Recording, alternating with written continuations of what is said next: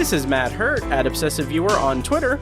This is Tiny at Obsessive Tiny on Letterboxd. This is Ben Sears at Ben Sears on Letterboxd. And this is ObsessiveViewer.com's The Obsessive Viewer Podcast.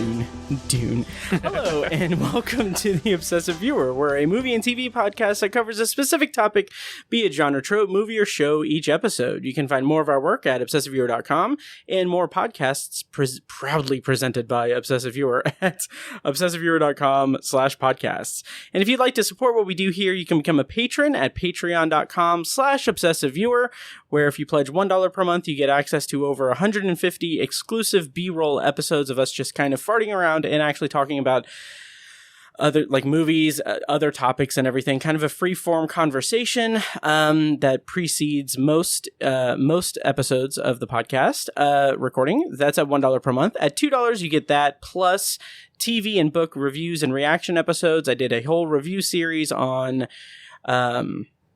Midnight Mass, and I'm currently working on Chapelwaite and Foundation, and I'm about to start Invasion on Apple TV+. I also have season reviews of Mythic Quest and a series review of Superstore, and just a bunch of stuff, a bunch of Marvel stuff too. So that's at the $2 level, and then at $5, you get both of those levels. You get all of that I've said already, plus commentary tracks and immediate reviews. So Tiny and I did a parking lot special for the $5 tier on Dune, and I have been kind of burning through a bunch of commentary tracks on there. So you can get commentary tracks for Halloween Kills, Halloween H2O, Halloween 2018, Halloween 1978, Halloween 2, 1981, Dr. Sleep, It, Chapter 2, The Shining, and In the Tall Grass, and when is Halloween 3 coming? Ex Machina? Never. Yeah, no, not enough money in the world. Yeah. Paige just watched the original for the first time this weekend. Oh, nice. And she was asking about the other ones, and I was like, yeah, there's one, and there's two, and two's pretty good. So I was like, 3 doesn't exist. They went straight to 4, and I was explaining it to her. I have had I've had lengthy conversations with Mike because he's of the same mind of this as I am about to say. There is this weird reverence for Halloween 3. Why? I don't know. Ben, have you seen any of the Halloweens? None of them. Okay. Interesting. Then I'm going to do something super original that no one has ever thought of before. I'm going to watch the original Halloween on Halloween. Oh, nice. Shit. What? Nice. But speaking of which... Are you going to watch it with my commentary track? You shouldn't. If that's your first viewing, you should not. Right. Actually, I was going to mention, I just saw this on Instagram today. The Can Cinema is showing the original Halloween this weekend. Oh, nice. The 29th through the 31st. Nice. Oh, that's awesome. So, very cool. Highly recommend that theater if you guys are able to. Oh, man. Yeah, I haven't been there yet. I don't think I've seen... Have I seen Halloween in the theater? I honestly don't think I have. I haven't. Wow. I'm gonna... Yeah, I'm gonna do my best to go. That'd be fun with a crowd. Yeah. Do you guys want to go? Dude, I'm like, it's I don't know. We'll that's see. so nice of you to cancel your plans. Yeah, let me just tell my kids that we won't be going trick or treating. Yeah, bring them. It's fine. Yeah. Okay. Well, since I am single and have no attachments, I will be at the Can this weekend watching Halloween. But yeah. Oh, also I have commentary tracks for a bunch of stuff out there. Throne of Blood as well as another one. Up there, that's at the $5 level. And then at $10, you get everything that I've said, plus early access to episodes and unreleased content. So all of that's at patreon.com/obsessiveviewer. And for you Stephen King aficionados, beginning in January, I'm doing The Church of King, which is every Sunday in 2022. God willing, I'm going to be releasing exclusive Patreon content at the $2 level, $2 and above levels, that is breaking down Stephen King short stories that are collected. So I have like a 5-episode series on Night Shift, and then I'm going to do 4 episodes on different seasons, and then go chronologically through his collection. So consider joining us on Patreon for that adventure. Okay. So the selling out of the way, I'm your host, Matt Hurt, the aforementioned Matt Hurt. And with me today, I still have not changed the notes on here. With me today is Tiny, of course. Hi. Yes. And our recurring co-host and contributor on ObsessiveViewer.com and friend, Mr. Ben Sears. How's it going? Wonderful. Nice. Yeah. So today on the podcast, we are going to be we're going to be talking about some just horrific stuff. Just horrific stuff, I should clarify. In real life, like the tragedy on the set of Rust. And then we'll also be doing a review of Dune. So that's pretty much what's on the docket. Before we get into news and everything, what do you guys got going on? What's up? Oh man, Halloween this weekend. Yes, the holiday, not the movie. Mm-hmm. Yeah, so that's exciting. Yeah. Are you guys doing anything special aside from like trick or treating and watching Halloween on Halloween? Not me. No. Maybe some yard work. Nice. Same here. Yeah, I'm gonna stand in a yard in a jumpsuit and a mask behind a clothesline, just talking teenagers. Do you? That reminds me. Living in an apartment, do you ever get any trick or treaters? No, I do not. Okay. I think the complex does. So I think the complex does. Trunk or maybe treat. A trunk or treat thing, Yeah. but I don't know because they haven't said anything. But they did send an email that was like, we're going to do a costume contest for your pets and everything. So bring your pets to the office or something in costume or show pictures and stuff. And I'm like, are they trying to weed out the people that are trying to skirt the pet deposit thing? But yeah. But yeah, I don't get any trick-or-treaters here or anything. Tiny, does the Thomas Speedway have like do you guys get trick-or-treaters on your street? Okay. Yeah, we get some. They do a trunk or treat thing on Main Street too. Yeah. Like a Daredevil maybe, but and that's kind of shitty in my opinion. Well, not shitty, but it's just like I don't know. It just kind of takes away some of the fun in my opinion. Tiny with a hot take on trunk or treats. Yeah, I'm gonna totally pull a Karen at the town hall meeting. This is bullshit. Yeah. Unmask our kids. Right. Oh God. Oh yeah. Untrunk our kids. Right. No, that doesn't make any sense. Trunk 2024. I don't know. That's dumb. But yeah, we get a fair amount of trick or treaters on on old Speedway Drive. Nice. Yeah. What's the number on there? The address? 666. Nice. How festive. Yeah. Well, that's cool. I don't get any trick or treaters. My idea for, because I have been like busy. I've been making myself busy with a bunch of Patreon stuff and everything.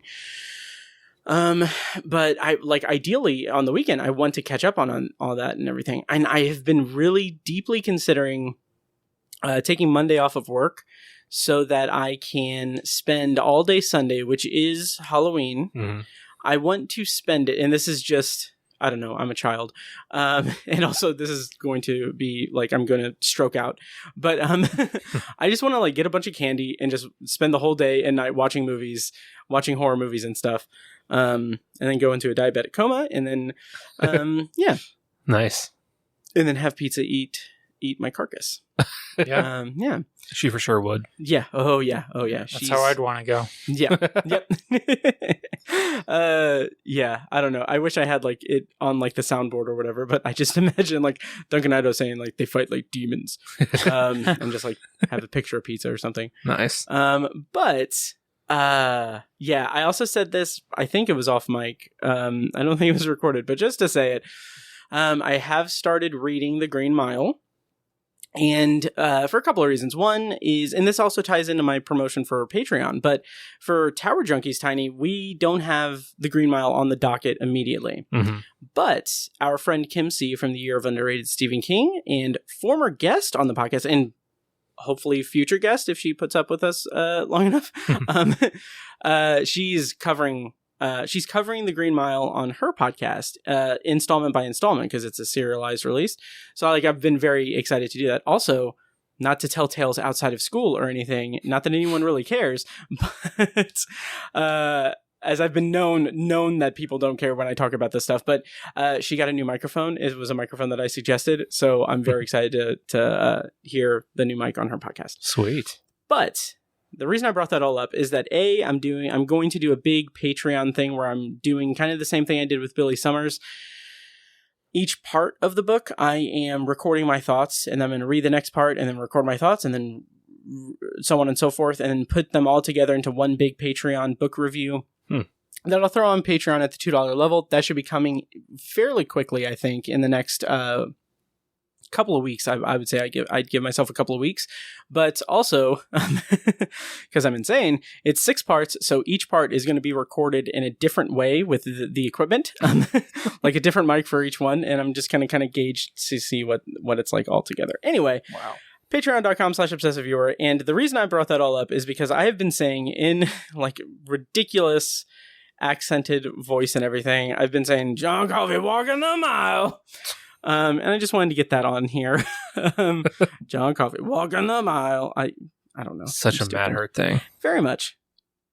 So, should we go into new? Do you guys have any other new business before we go into our news segment and talk about super serious stuff? Negative, Ghost Rider. Okay. All right. So, before we get into our review of Dune, which of course we'll do a non-spoiler and spoiler review of Dune, actually, so we didn't record a Patreon recording before this because we're actually, peek behind the curtain, doubling up on recordings tonight.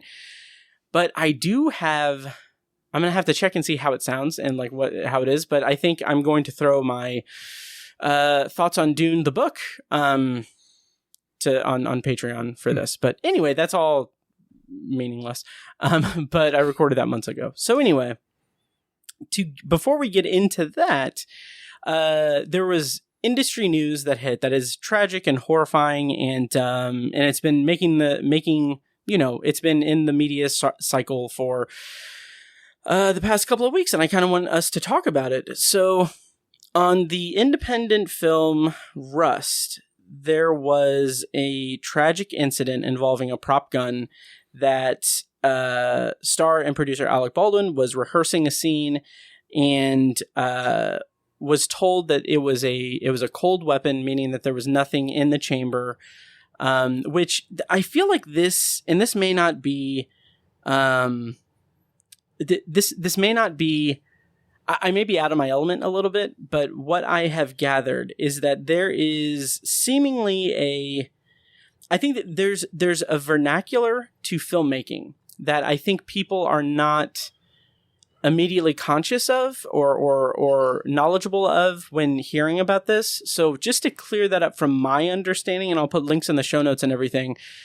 From my understanding, when they say live ammo or a live round is in the chamber, that does not mean, to my knowledge, I don't think that means a full-on bullet. I think that means that it has been prepped to fire a blank, which, Tiny, you can probably confirm this. A blank, from what I understand, is like a bullet, but the gunpowder is it's not enough to project. Do you know what a blank is? I've never shot a blank. I don't know a lot about them, but I know that there's no projectile. There's no cartridge, to my knowledge. Yeah. It's just it's basically just powder in there. Yeah. It's, to my knowledge, that's what it is. Okay. Yeah. So. Yeah, but I think that this dates back to the Brandon Lee tragedy on The Crow, but I think there's a chance, if it's not properly configured and properly done, that a projectile could, shrapnel could come out of it. Okay. And I think that that's what killed Brandon Lee. Okay. That sounds right. Yeah. But in this case, it was a situation where from what I read, the assistant director handed the gun to Alec Baldwin, said it's a cold round, or it's a cold prop, meaning that there was nothing in it. They were rehearsing a scene, and then he, rehearsed the scene, fired the gun. Whatever was in it was a projectile, came out and injured the director and killed the cinematographer. Mm-hmm. So yeah, and I just kind of want to talk about that. and kind of see what you guys think about it and what you've read about it and everything. The director is Joel Souza, and the cinematographer, I just need to make sure I get her name right, Helena Hutchins, who tragically passed away in it in this instance. So let's talk about it. What did you guys think upon hearing about this this horrific incident? Well, I mean, obviously it's super tragic, and I was shocked by it. Thankfully, it's not something that you hear about much. I think the last time that happened was Brandon Lee back in 90 whatever. But you know, I am not really a fan of Alec Baldwin the person. Sure. As an actor, I'm a fan. I think he's good. He's a good actor. He's funny. But I never like read any of his tweets or watch interviews with him. I just think he's a bit annoying. Sure. But I felt so horrible for that guy. Oh yeah. There was a picture that was probably taken in poor taste that was circulating where he was outside the police station. Looked like he was kind of doubled over, maybe throwing up or something, and it was after he got the news, and that was a heartbreaking photo. So I feel really horrible for him. And you know, as a you know, kind of a firearm enthusiast myself, I guess I have a different take on it. I don't know about that, but I guess I have a take on it. But you know, I think I've seen a lot of like right-wing gun people come out and be like, well, he broke the cardinal rule of weapons handling. And I'm like, I mean, it's different. It's different on a movie set. They were rehearsing a scene. I was like, that was my initial thought too. I was like, you always check. If someone hands you, what, like, it's not loaded, they hand you the gun, you always check. Like, like I've gone to gun stores and gun shows and stuff like that. And literally, if you ask someone behind the counter, like, hey, can I see that firearm? As soon as they take it out of the case, they check the chamber. And like, they know it's unloaded, but it's like a muscle memory thing. And so you always check. Like, it doesn't matter what the person tells you, you always check. So he could have checked before the scene, but still, I don't know enough about blanks. He would have seen something in there, but how would he know if it was a live round? Were the rounds miscalibrated? Were they... I don't know. I don't know enough about it to really have an opinion on that, but I mean... I can't really blame him. He's certainly not at fault. I don't really hold anything against Alec Baldwin. I think it's just a terrible accident and just a tragedy. And it's something that should never happen, but stuff that's not supposed to happen still happens, you know? I just feel really bad for everybody involved. Yeah. Same here. Ben, what did you think of all this? Yeah, it's terrible. And the first headline that I saw about it was something like Alec Baldwin kills cinematographer or something, and then no, that's very misleading. Right. And just it seems like almost every day since this happened, more and more news has come out about the film set and the people that were working on the set, and it just keeps getting worse and worse, and it just sounds terrible. I just saw a headline. I didn't read the article. I'll put a link in the show notes and everything. That, by the way, follow W. Earl Brown, the actor, on Twitter, because he's been just... I don't think he's involved with the production at all, but he, like, I'm gonna read a Twitter thread that he did, but he, like, his timeline is filled with the most accurate, like, positioning about, you know, gun safety and everything on a film set and everything. It's very knowledgeable and interesting, which I'll indicate here. But one of the articles that he shared that I haven't read yet, because I literally just saw it, was that the pistol that was used was also used for live target practice on the set, like in recreational target practice. Oh, wow. So, like, and like one of the points is that, like,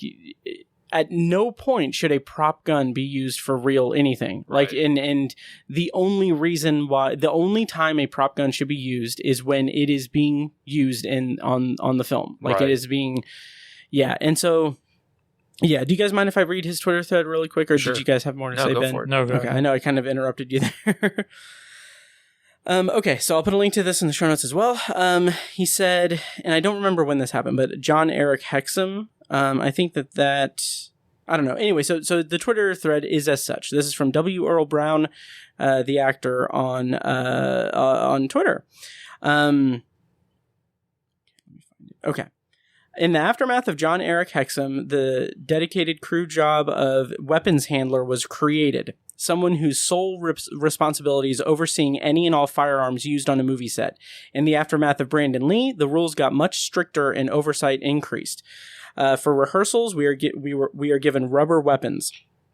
When it is necessary for a real weapon to be used, the weapons handler clears the chamber, the cylinder, the clip, etc. Anywhere a projectile can lodge is checked. If dummy bullets are required, each shell is checked before loading. This process is then checked by an assistant director or director and then by any actors involved in the scene. The weapon is usually dry-fired. At all times, treat every weapon as if it's loaded. Barrel down, uncocked, finger off the trigger. If a live blank is required, it is loaded at the last minute. The presence of a live round is always announced so that everyone knows the size of the load and that the round is live. As soon as cut is called, the weapon is to be returned to the handler. No exceptions. Those are the rules. Yeah, and then like that's just kind of a baseline for what the film industry should be doing in terms of safety protocols for like guns on set. Yeah, and I think that this situation, I think what I'm kind of my position on, maybe not position on, but my kind of thought process about it is that I think that like this isn't a thing that happens on film sets, like right. We've said. It doesn't happen. It's once in a blue moon. It should never happen, though. It should blanket statement never ever happen. But I think that this is something that will have long-term, changes and everything, which it should. Mm-hmm. I saw that the network drama, The Rookie, I think, is no longer going to use real weapons. They're going to just CGI, like the firing of guns. Oh, wow. Which I'm very curious it's going to be expensive. Yeah, for a network show. Yeah. Also, and I mean, it reminds me of like Sons of Anarchy. They did CGI squib packs. Oh yeah, and it looked fucking god awful. You could tell, yeah. Yeah, but that's beside the point. But anyway, yeah, that looked terrible. But I lost my train of thought there. So, all of that plus, there was like, that's what I was saying. Okay, so on big budget movies like studio films, I'm sure that they follow these guidelines rigorously and everything. Mm-hmm. But this was an independent film set. And I think that there is something to that maybe that is, I don't know, there's a bunch of extenuating circumstances. But what I'm getting at is that I think that this could be I don't know. I don't know. I don't know what I'm trying to say. I don't want to say like this could be bad for independent filmmaking or anything like that. Oh, right. Because it's bad for everything. Like it's a terrible thing that happened. Mm. But just the idea that there were so many safety precautions that were just cast aside. Mm-hmm. I think that is something that is very criminal and, horrifying. Mm-hmm. Right. Yeah, because Ben, have you read like the other stuff that's come out about the production and everything? No, mostly headlines. Yeah, but me too. Yeah, okay. I feel like I've been keeping pretty well updated on. Yeah, because the prop gun had misfires like 3 times beforehand. Right, and like that day, most of the crew or a bunch of the crew like resigned and left like that morning. Right. Because of safety precautions and everything. Right. And it's like all like union stuff and everything is all like at play there and everything. But like, it's just a massive tragedy and just a massive shit show for everything. And, from a technical standpoint, I can't believe that there's not a way to make a gun that has some function be completely safe. Yeah. Like, because gun technology, spoiler alert, is old. It's not a new thing. It's Samuel Colt invented the firearm or he invented the handgun in 1840, whatever. And they're still pretty much the same. Like they're really not that much different. And it's like, they're fully mechanical devices. Mm-hmm. Most people, if you watch a YouTube video, you can take your entire firearm apart into 150 pieces and put it all back together. And it's really not that hard. So I don't understand why you couldn't have a special firing pin with a special round that's made, specially designed. If you look at it, okay, that is a Hollywood round. That is a whatever round. It's going to give you some smoke or a little bit of explosion, but there's no projectile. It's almost impossible unless someone's standing directly like inches in front of it. That's the only way you could get like burned or something. Right. I just can't believe that doesn't exist. Yeah. I think I do think, but thinking to the whole, the whole rule of you always check a firearm when you pick it up before you do anything with it. If they're using dummy rounds, a dummy round for a movie has to look exactly like a real round. Right, yeah. So even if you opened the chamber and looked, you would say, okay, well, there's rounds in here, but there's supposed to be rounds in here, and it looks exactly like a real round. That makes me nervous, but it's a fake one. I'm not. It's not a real round. I'm good to go. It's fine, right? Which, yeah, that's why like that headline about that is so alarming about they were using that gun for just live target practice and the downtime and everything. Like that is just unbelievably that is so just negligent. Yeah, incredible, like incredibly negligent. Yeah, I will tell a story that I have never told on the podcast. Wow, yeah. This is bad. Yeah, I won't go into much detail, but it was like right like the night before like my like 14th birthday, I think, or something. No, it was later. I think it was like 15 or 16. But we had a BB gun. And we had a BB gun, and my parents were away. Me and my sister and my friend, we were kind of, wow. This is, anyway, we were planning on like going to like Barnes and Noble or something because we were super cool. But my sister was this is dating everything, but my sister was hogging the desktop computer in the living room and using AOL Instant Messenger and wouldn't get off the internet so that we could go to Barnes and Noble and everything. So I took the BB gun and I would like scare her. Again, I'm a kid. Scare her by like firing it without having the BB in it and everything. Yeah. And then at some point, I had forgotten that I went ahead and loaded a BB there to keep it aside or whatever. Kid logic. And then I fired it, and then like she got very quiet. And then I thought she was kidding for the longest time. Yeah. But I shot my sister in the ear with a BB gun. Shit. And yeah, so. Wow. Yeah. It can happen. Yeah. Right. So I don't know what the point was of that, just that it's just like that isn't like I'm not a gun person at all or anything, but that's not like my origin story of anything of like this is why I'm adamant about gun safety or anything or anti-gun, anything like that. Right. But I'm also like very conscious of like, yes, any time like there is not a single situation where a person should have a firearm in their hand and imagine that it is not loaded or think that it is not loaded. Right. Every single time someone handles a gun, they need to be working under the assumption that that gun is loaded and can do the thing that it is manufactured to do. Right.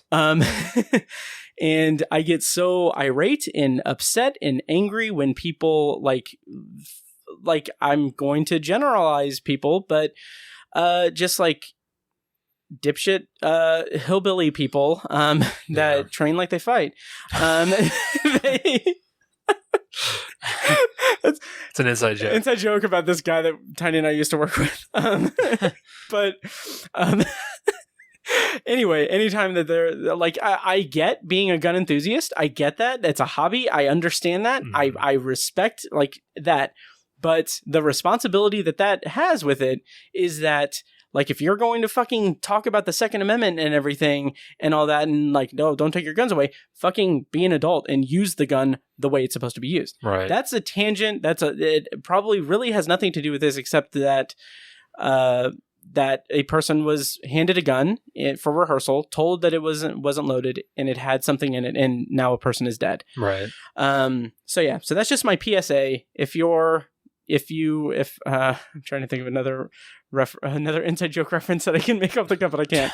But if you train like you fight and you have guns and everything, I don't know. It's just don't like it. It is a loaded gun, right? No matter the situation. Yeah, it's like the easiest fucking thing you can. Anyway, yeah. Anyway, so yeah. Final thing that I'll say about it: it's ironic that this happened like as the like labor union or whatever union that is announced a strike. Yeah, yeah, and I think that is also what a lot of the tensions were involved with and everything. Yeah, it could be. So pretty because crazy. Of like unsafe, not necessarily unsafe, but unfair working conditions. Like working like 10 or 12 hour days or something. Right. Yeah, absolutely. Yeah. I think it also just to add to your point about safety and everything, I think it demonstrates two things. One, this kind of thing actually happens all the time. Right, yeah. What you were just talking about. It just happens in someone's house with people just being unsafe. And there's a lot of gun deaths that happen because people are just stupid and unsafe. Every time I read like a headline, I want to just like share it and everything and just go on a tangent and everything. But yeah. So I used to be an NRA member, and I stopped giving them my money a long time ago. But with that, you get a subscription to their magazine, American Rifleman, which is actually a pretty interesting. If you're into guns, it's actually an interesting thing. But sure. In the first 10 pages or so of every article or of every issue, they would have, I think it was called, and so much of it was over the top and silly, but they had this section, I think it was called The Armed American, and it was basically just all these stories of, since the last issue, of someone using their firearms in personal defense. Yeah. Oh, God. And it was a thing of like celebrating all, like this is why we have guns, and this person defended their home and their family with their firearm. And I would always read them and I'm like, Jesus. But I was like, why don't you have on the other page how many people were accidentally killed by firearms because they're being unsafe? Yeah. I was like, where's that page at? Like, I want to see those. And then secondly, I think it demonstrates, I don't know what kind of firearm was used. Is it a period piece Western? I believe it's a period piece. It's a Western. Okay. I think it was a revolver. It's got to be a revolver. Like one that you have to like self-cock. Yeah, like a single action. Yeah. Yeah. Second thing is it demonstrates how powerful firearms are. This was a controlled environment where there wasn't supposed to be, it wasn't supposed to be a true live round in that firearm. And with one round, I assume, this woman was killed. She got shot once and she's dead now. Like we can, there's these crazy stories about rappers getting shot. 50 Cent was shot 9 times and he's still alive. Right. And I think DaBaby, a recent rapper, was shot multiple times and he's still alive. And we sort of glorify it. You see, in movies, you see a magazine get dumped in 10 seconds and he only, like, no one gets hit. And it's one round. All it takes is one tiny round.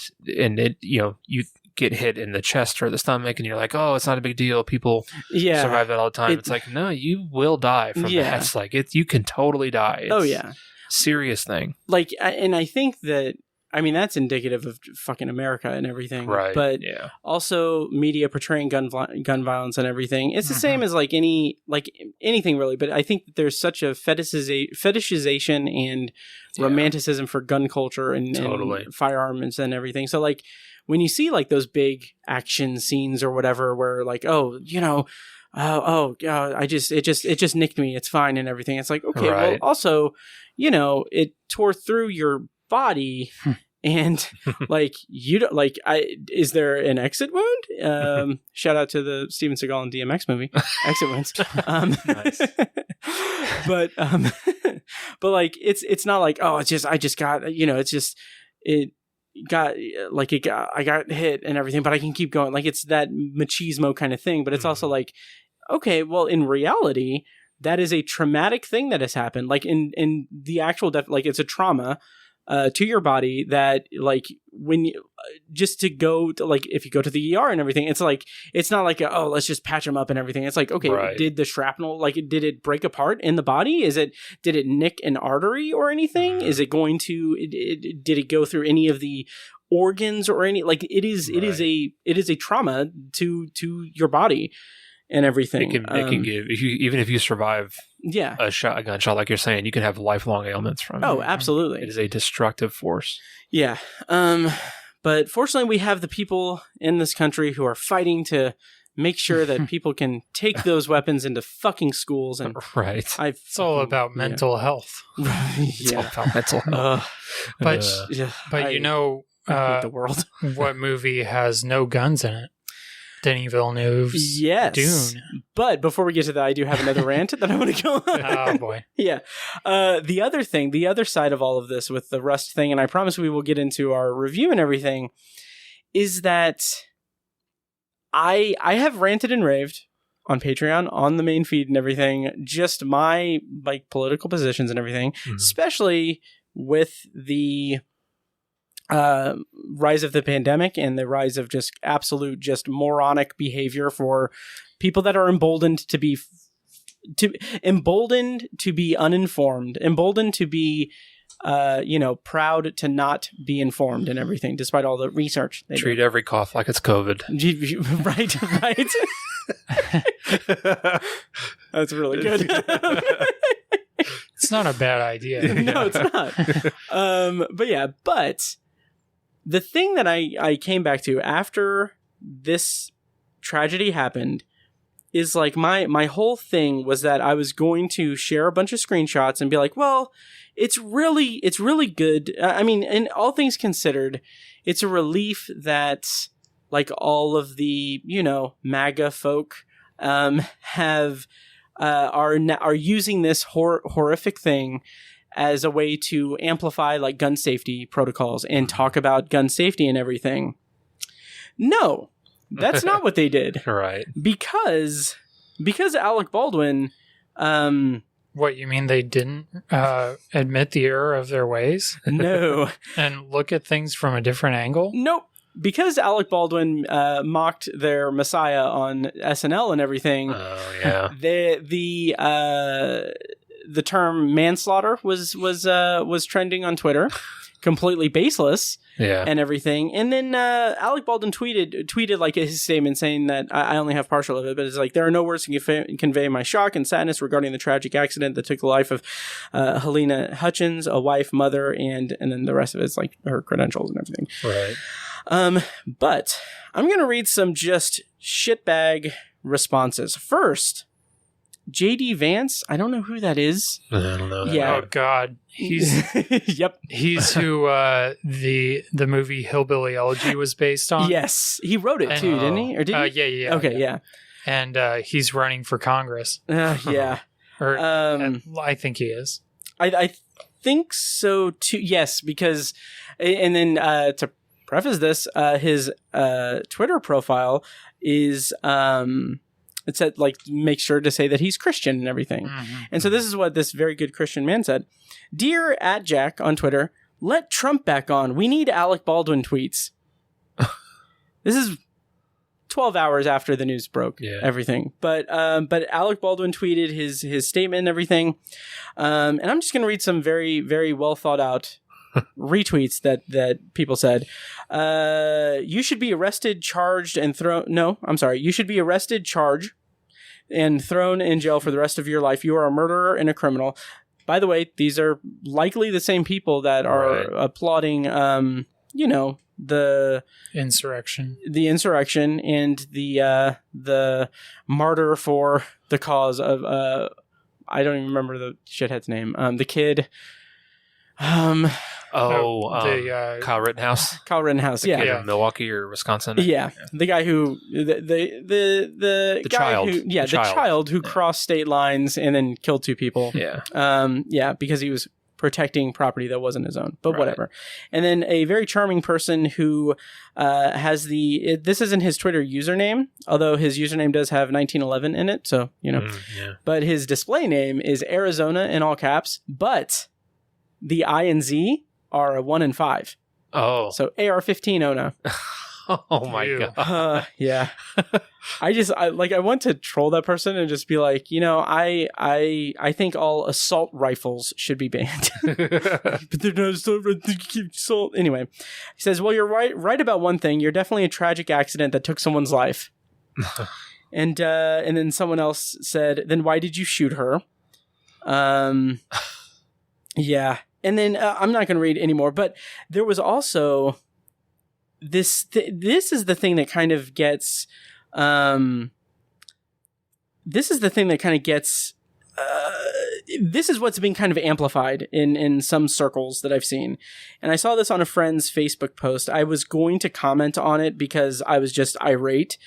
But when this happened, there was a lot of people doing what people do best on the internet and pretend that they know everything about what happened.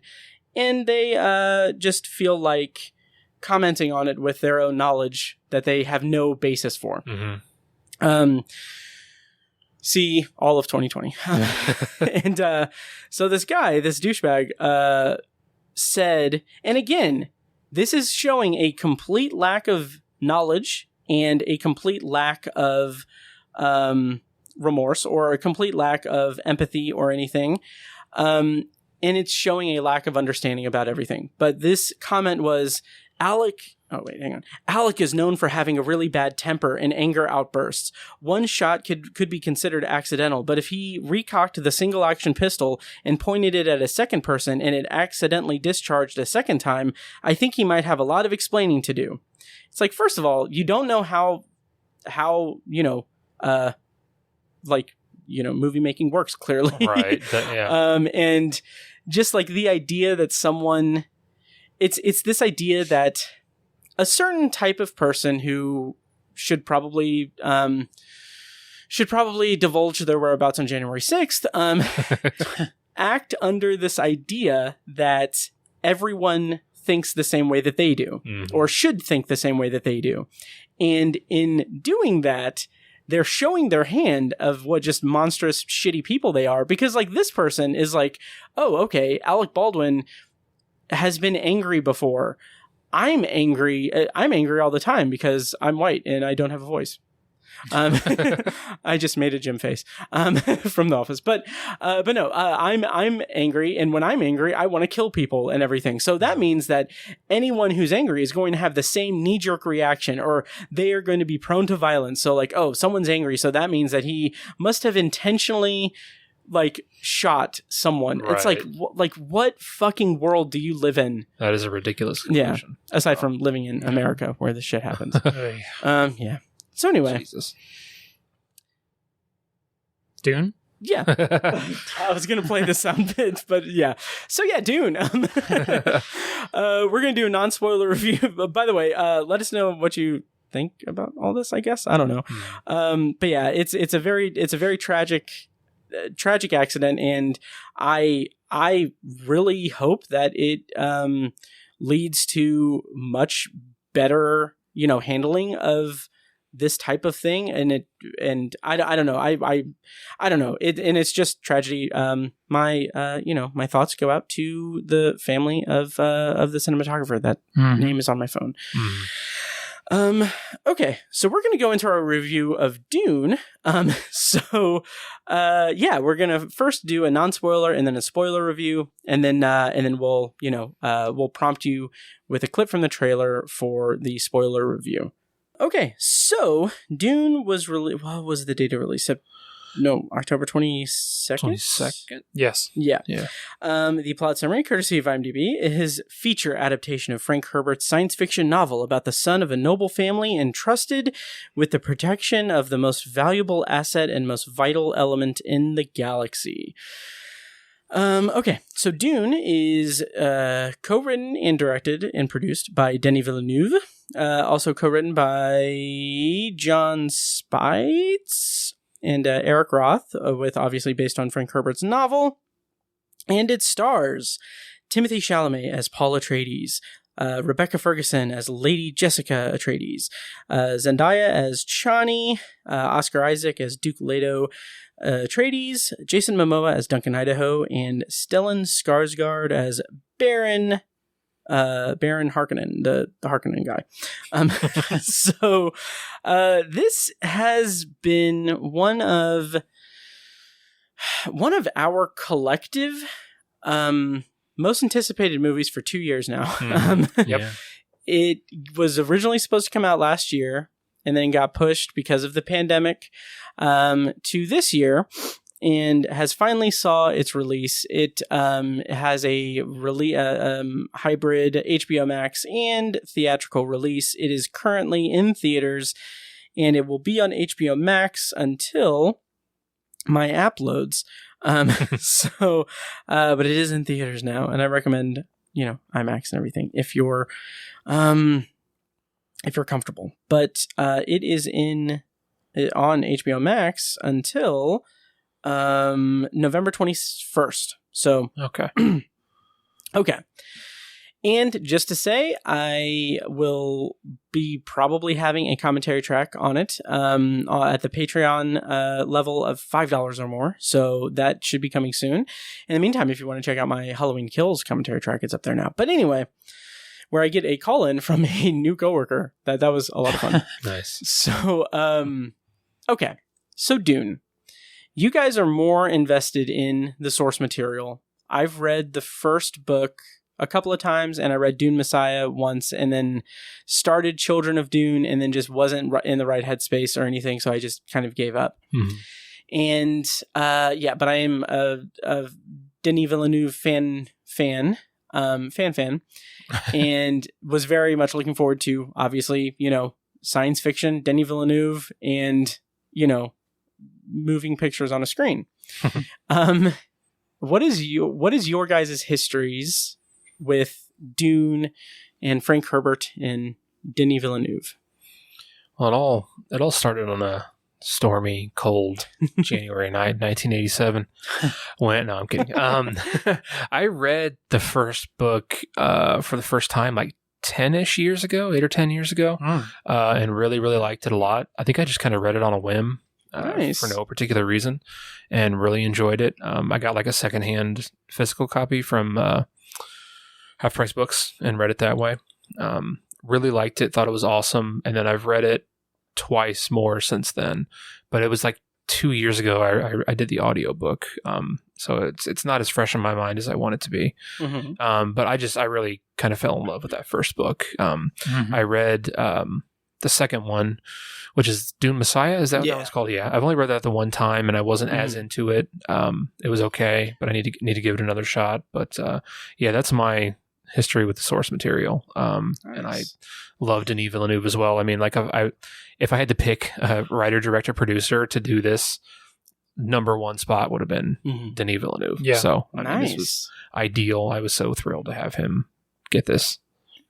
Yeah. Nice. Ben, how about your history? I had no history with it, but I I listened to the audiobook. It was like one of the first things that I listened to at the start of the pandemic.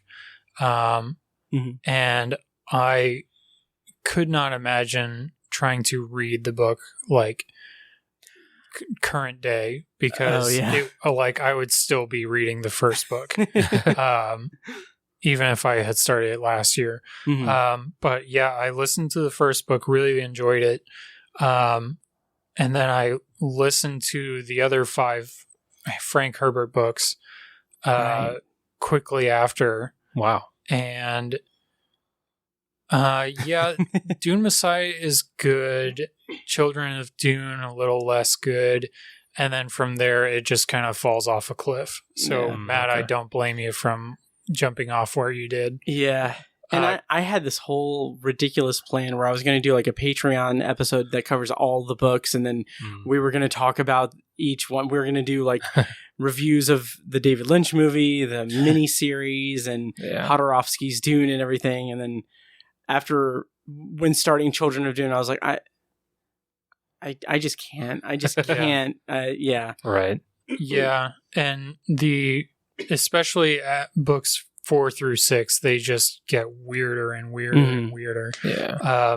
And like we'll talk about this in a little bit more, but Frank Herbert just has this way of writing that is so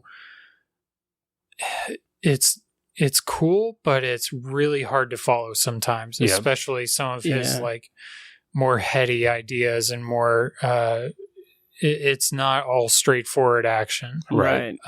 So a good amount of the action is off page, like it's not even in it. Yeah. Right. And so I loved the way that Denis Villeneuve portrayed this, because if someone, even if they were to give me, $100 million or whatever he got, I don't think I could do it. Yeah. I was really pleased with how everything came out. Nice. Yeah. Nice. And I agree 100%. I love Denis Villeneuve, the movies that I've seen of his. I need to rewatch Arrival, because I haven't seen it since that Oscar year. But I remember loving it, and then maybe you guys can answer this as well, but I don't know if I would put this or Blade Runner 2049 as my favorite of his. Yeah. I'd have to rewatch Blade Runner. I haven't seen it in a while. But I think it would be this. And I respect that. For me, Blade Runner all the way. Sure. Through and through. I adore that movie. And one of the things I find really interesting about Dune is that this is Denis Villeneuve's passion project. Yes. He has been a massive fan of Dune. He has wanted to make this movie for years. And he has said, I don't remember where I read it, but he said somewhere that he basically, I think it was on like IMDb trivia or something, but it was like, he was like, I kind of saw like, making Arrival in Blade Runner 2049 as kind of like, like practice for making Dune. And I'm like, this guy, the audacity to make two of the best science fiction films of like the last decade, one of which being a sequel to one of like the most celebrated and acclaimed science fiction films. All of that as just like proof of concept for Dune is like insane to me. Like the balls on this guy. And the fact that those movies are just, they're amazing. I do need to watch Arrival again, but he just has this emotional core to his movies that I just really love. Totally. And it's not sci-fi, but Prisoners is a very underappreciated movie. Oh yeah. Okay. Definitely watch that one. Yeah. Visually incredible. Okay. Yeah. Good movie. Oh yeah. Denis Villeneuve is good. Let's see. So Ben, you said your kind of opening remarks. Tiny, how did you feel about Dune? For those who haven't listened to our parking lot special at the $5 level, which can't be anybody, right? Everybody listened to that shit. Right, everybody did. I know exactly how many people have access to it, guys. Nice. No, for me, it was absolutely fantastic. Hit it out of the park, nailed it perfectly. Ben and I were just talking off mic. I would have watched a 4-hour version of this movie, hands down. Wow. No problem, and probably been happy with it. I think it hit every visual cue out of the park. I think the character stuff was all either fantastic or good. We'll get into that later. Great performances. Every little detail was on point, in my opinion. So nice. Yep. Yeah, I have an interesting history with this movie. In the 10 days. It's only been out for 5 days. Yeah. Oh, that's right. You saw it for the first time. Yeah. A couple weeks ago. Yeah. So I went to a screening of it on the 12th, and it was like, I don't know. I wrote a review of it, and I feel like maybe that review wasn't my best written review by any stretch, but I kind of had some light complaints or issues with it. Particularly, I felt like the character of Paul Atreides was not given due diligence given his due in this installment, in this movie, because it had to contend with introducing so much lore, introducing this dense mythology and everything, and the world and galaxy and the empire and everything, that I kind of felt like the arc of Paul Atreides left a little bit to be desired because of the structure of the movie, basically.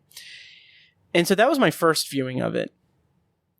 And I still feel somewhat that way, but I will say that I came around to it quite a bit more on my second viewing, particularly because I knew the structure. I knew what he was going for in this movie. It's obviously no secret. It's Dune Part 1. It opens as Dune Part 1. They just today announced that they've greenlit Dune Part 2. Dune and Duner. And so that's coming out October 20th, 2023. So by design, this movie is the first installment. And my kind of big issue with it is that for all of the good in the movie, for all of the great stuff that Denis Villeneuve did with this, it still felt to me, and again, this feeling is diminished quite a bit upon my second viewing because I know it going in, but it still feels like it is too much of a part of the story. And it doesn't tell a conclusive, or it doesn't tell like a big character arc for Paul Atreides in particular. Mm-hmm. And I felt like on my second viewing of it, and I'm sure I'll feel that way when I do, or I'll feel better about it when I do it for the Patreon commentary, but I kind of felt like, okay, I'm on board with it more. I'm better with it. I'm on board with it. So yeah, I don't know, but that's my main criticism. But in terms of praise for this movie, I do think that Denis Villeneuve did a endlessly impressive job of taking the dense world building and mythology and everything of Dune, of Frank Herbert's Dune, and presenting it to the audience and doing it in such a way that it is so like natural and it makes sense and everything. It is very palatable. It is very accessible. It does such a great job of just demonstrating and introducing us to the world.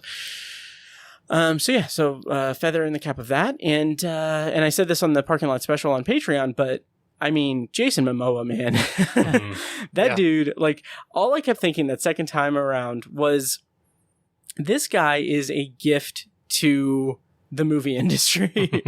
Like he is like a, I mean, he's a movie star, like he's like a movie star, like action star physique guy, but he is able to do like very good, not even really comedic, but amiableness. And like he has a very natural quality to him and very personable and everything. So I don't know. I really like Jason Momoa, and I think the rest of the cast did a good job. Totally. So I just want to high five him. Yeah. Oh yeah.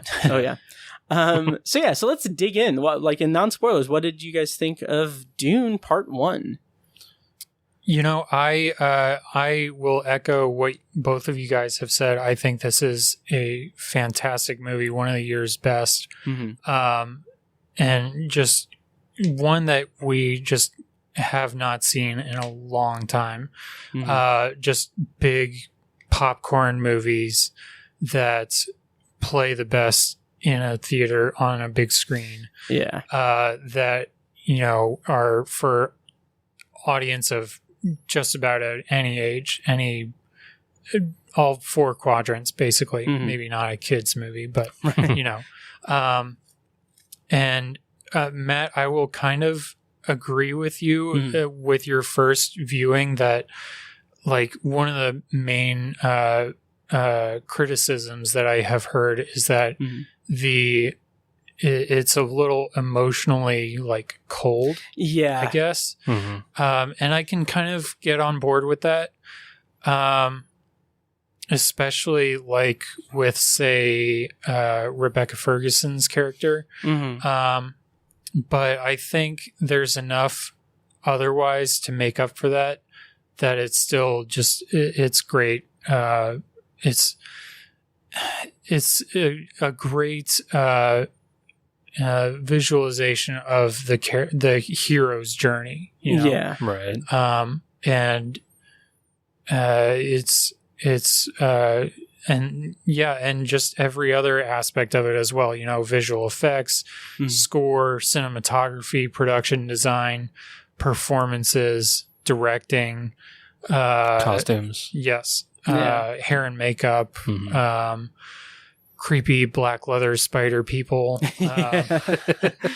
oily goop, just all of it. All worth recommending. Yeah. Nice. Yeah. And I also agree to bounce off what Matt said. I think, because I am going to praise it a lot, but I echo your criticisms. Like, I think, I don't think it was maybe necessarily the best interpretation or the best written version of Paul Atreides. I think there could have been more there. And I also think the structure was one of the weaker points, because it's half the book. It's half the story of the first book. And it kind of has that.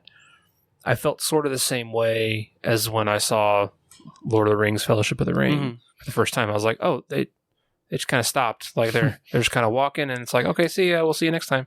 That was a little off-putting, but I was just so thrilled with everything that led up to that it was softened a lot by that. But I think I'm not going to count it as a major criticism against it for what they did with the character of Paul. I think it demonstrated him really well as like he's supposed to be a 15-year-old boy, right, in this story, and he very much feels boyish and experienced and perfect, at least all the way up until the end.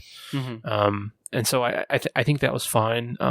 The criticism about the coldness, I think, is an interesting point, but I think it speaks to the character of Lady Jessica, because there's several moments where she's interacting with Paul, and she's like hanging on every word he's saying. Like when he's talking about going through some of these experiences for the first time, experiencing spice for the first time and stuff like that.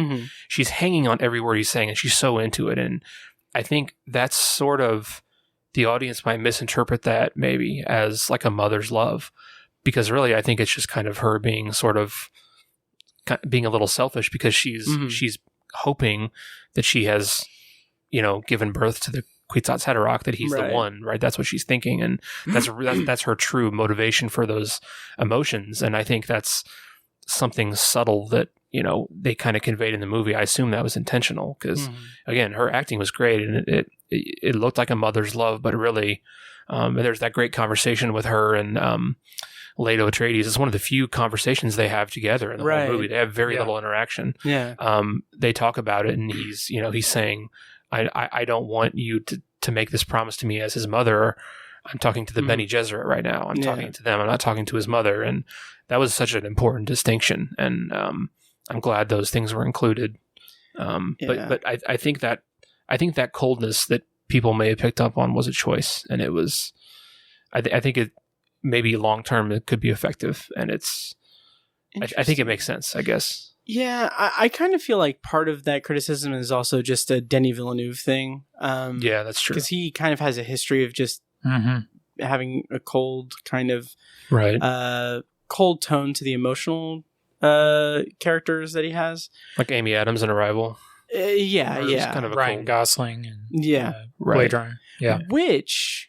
that's the biggest thing that I had a comparison to in my mind with this movie is Paul Atreides and Kay from Blade Runner 2049. I'm not going to spoil Blade Runner 2049. I will say watch that movie because it is one of my favorites. But the character arc of Kay in Blade Runner 2049 is, I mean, like you said, it's with Dune, it is the hero's journey. Everything like that. That's what it is. The thing that I really tapped into with the book is the myth building of what Paul Atreides will become. And that's something that I kind of wish would have been a little clearer in the movie, because the book is structured in such a way that each section is introduced by excerpts from like writings about the life of Paul Atreides after he has completed his hero's journey. Right.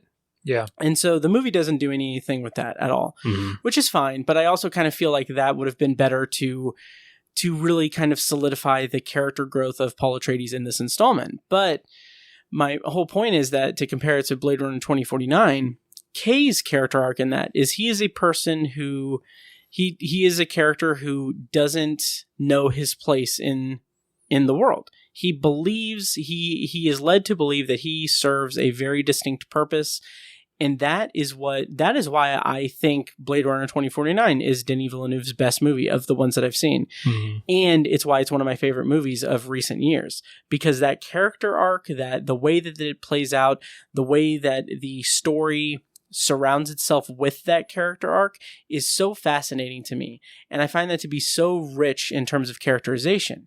Now with Dune, we have, from my perspective, it's a little bit unbalanced in the way that it focuses on Paul Atreides as a character.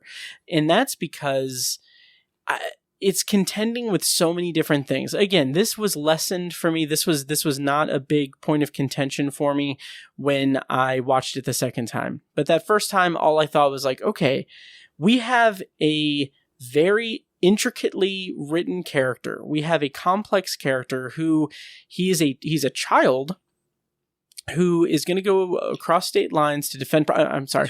No, he's a complex character who is being pulled in so many different directions. He is the heir to House Atreides. He discovers that he is potentially the Kwisatz Haderach for the Bene Gesserit, the chosen one. Darth Vader is his father. But anyway, no, he is someone who has all of these things, and then above all else, he's having these visions of Arrakis and of Chani, and he's seeing himself leading the Fremen, and like he's seeing these visions and everything, and we get a lot of that in the movie. But I feel like it's not a continuous thing through the movie, because we get one scene with him and Duke Leto where it's a father and son scene. It's a fantastic scene. I mean, we have freaking Timothée Chalamet and Oscar Isaac talking about like the dynasty of House Atreides and the power of like the weight of leading the house and everything. Like, that's very good stuff. But we get one scene of that. And then we get a scene with Lady Jessica, like basically spelling out like, oh, hey, by the way, some of the Bene Gesserit think that the Kwisatz Haderach, I'm just mumbling through that because I don't know how to pronounce it's it. Literal gibberish words. Yeah. He some people think that he's here, so I don't know. Right. Yeah, I could have made him. Right. But yeah, and so like I felt like going out of the movie, the first viewing, I felt a little cold with that, because then the movie tries to create this not closure, but this I don't know, closure, I guess, to the character arc for this installment that I just feel like is not as big a payoff as it should be if they're focusing on the different ways that he's being pulled in different directions. Yeah, that's true. So that was my kind of biggest issue with it. And and I still kind of feel that way. I'll talk a little bit more in spoilers about it, but I did feel a little bit better. But it still, I think, is the biggest weakness to the movie is the characterization of Paul Atreides and how that plays out. So that's totally warranted, I think. Mm-hmm. Yeah. So I talk. You talk now, everyone. Yeah. Yeah. Ben, what did you? Since Matt and I talked about it already, what did you think of like the visuals and everything? Or what jumped out? What jumped out to you visually? I guess. Yes. It looks amazing. Obviously. Unfortunately, I did not get a chance to see this in the theater. So what happened there? Well, so I am a cheap ass, and by the way, I need to give you your money. I don't have cash, but I'll get it to you. Yeah, that's right. Don't break my legs. So I instead of watching it in IMAX or in the theater, which follow-up question for you guys when I'm done talking. Mm-hmm. But instead I watched the Agnes Varda 1991 movie Jacques de Nance, which we really should be talking about tonight, but sure. I'll let it slide for now. But I did, fortunately, I was able to watch it on my 4K TV, and I know what you guys are thinking. Couldn't would you be able to listen to that after your kids go to bed without while still being able to hear it? And the answer is yes. I was able to use the Bluetooth on my TV and hook it up to my headphones. Oh, nice. And listen to it that way. Nice. So no worries there. Awesome. Everyone was able to sleep while I watched it. Good move. I was gonna jokingly say when you said that you watched it at home, I was gonna be like, oh, just like Denis Villeneuve intended. Yeah, but also, I mean, having the sound completely contained within your ears, that also kind of right. But yeah, there are definitely scenes when I wished that I could have been seeing it in IMAX or whatever. Mm-hmm. There are some incredible scenes that looked great on my TV, but I just know that it would have looked even better. Yeah. And yes, I realize that I am part of the problem.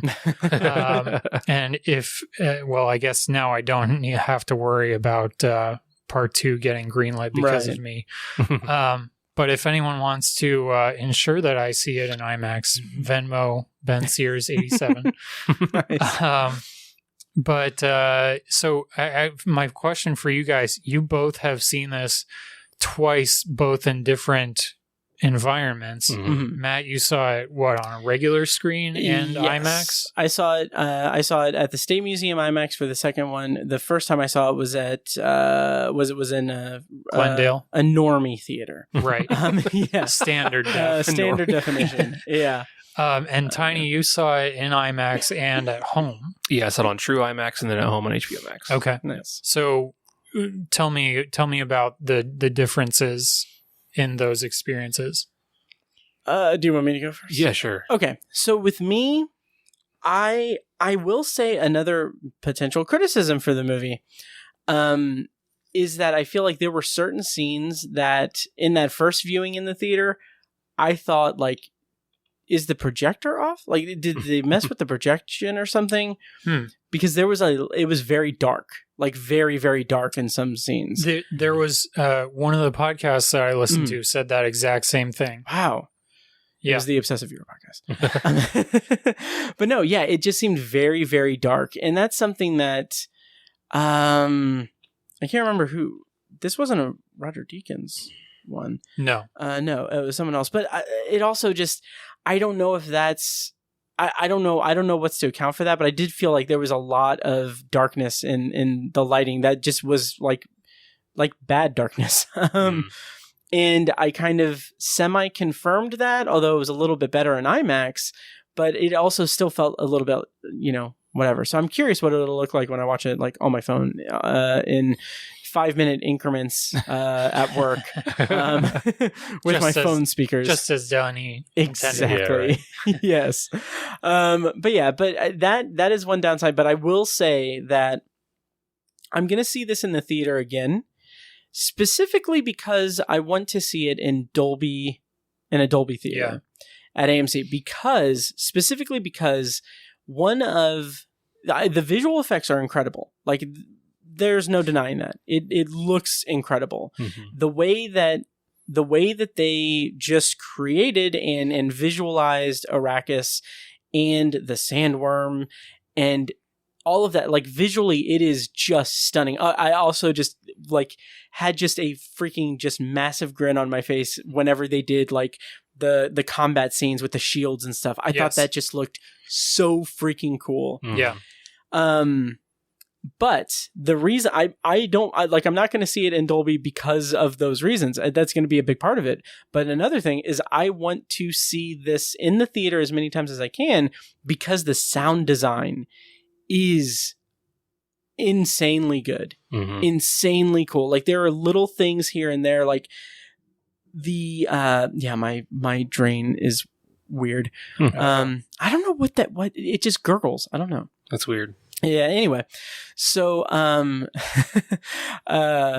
So anyway, the sound design is incredible. There are scenes like with the sandworm, like the sound of it and seeing the stature of it and the sound of the just inner workings of it is like, oh, this is pure cinema.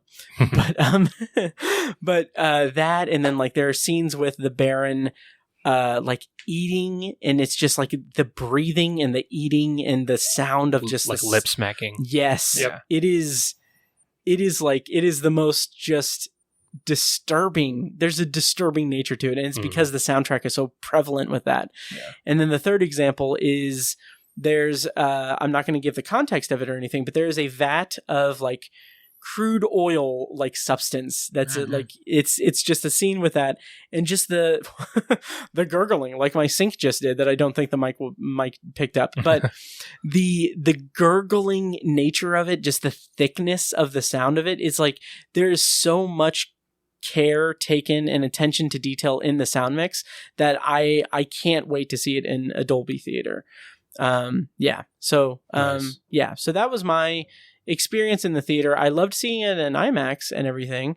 It was great. And I'll echo some of that. I was worried about how the visuals would translate to like at home viewing on a big screen TV, and I think honestly, they held up really well to a home viewing. Nice. on a TV really well. That's what I'm kind of curious about with the darkness of it, because right, and I was going to speak to that because I in our parking lot special I kind of disagreed with you. I didn't in that experience in the IMAX theater.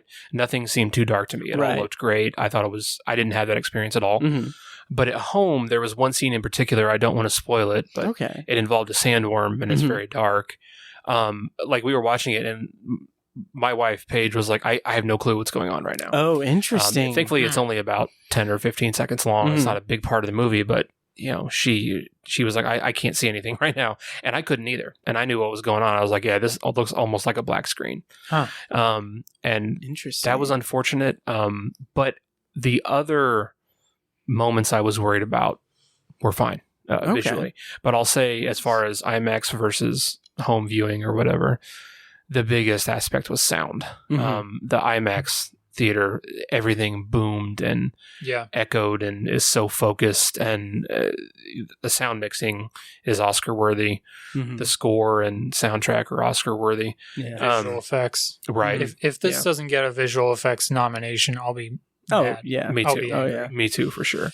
But that the sound was a completely different experience at home. It wasn't bad or anything. It's just, you can't compete with the 100 speakers they have in an IMAX theater. And this movie was, Denis Villeneuve, I mentioned I heard him on an interview that morning when we went to go see it in IMAX that Thursday morning. I heard him in an interview on NPR. They were talking about it, and he said, every aspect of the movie we filmed for the theater, and we planned it for the theater. And to me, other than the visuals, the biggest aspect that jumped out in that regard was the sound. Nice. And not just the music, but I'm talking the sound. It was all really good. Yeah. Nice. There was a really great tweet that I shared with you guys. Like the memes that have come across with Dune, Dune's final release, has just been delicious. It's been a lot of fun. But there was one tweet by on Twitter at ChiliBoyYT that I've got to say it, because I've got to share it on here because of you'll see why. But it said, Denny really said, quote, "Look, Nolan, you can have a huge bombastic Zimmer score, mega scale and effects, and still hear and understand the dialogue. It's okay." And then he followed that up with the first, "I know Hans Zimmer didn't do the score for Tenet. Okay, thanks. Ludwig Göransson's score was my favorite thing about the film." But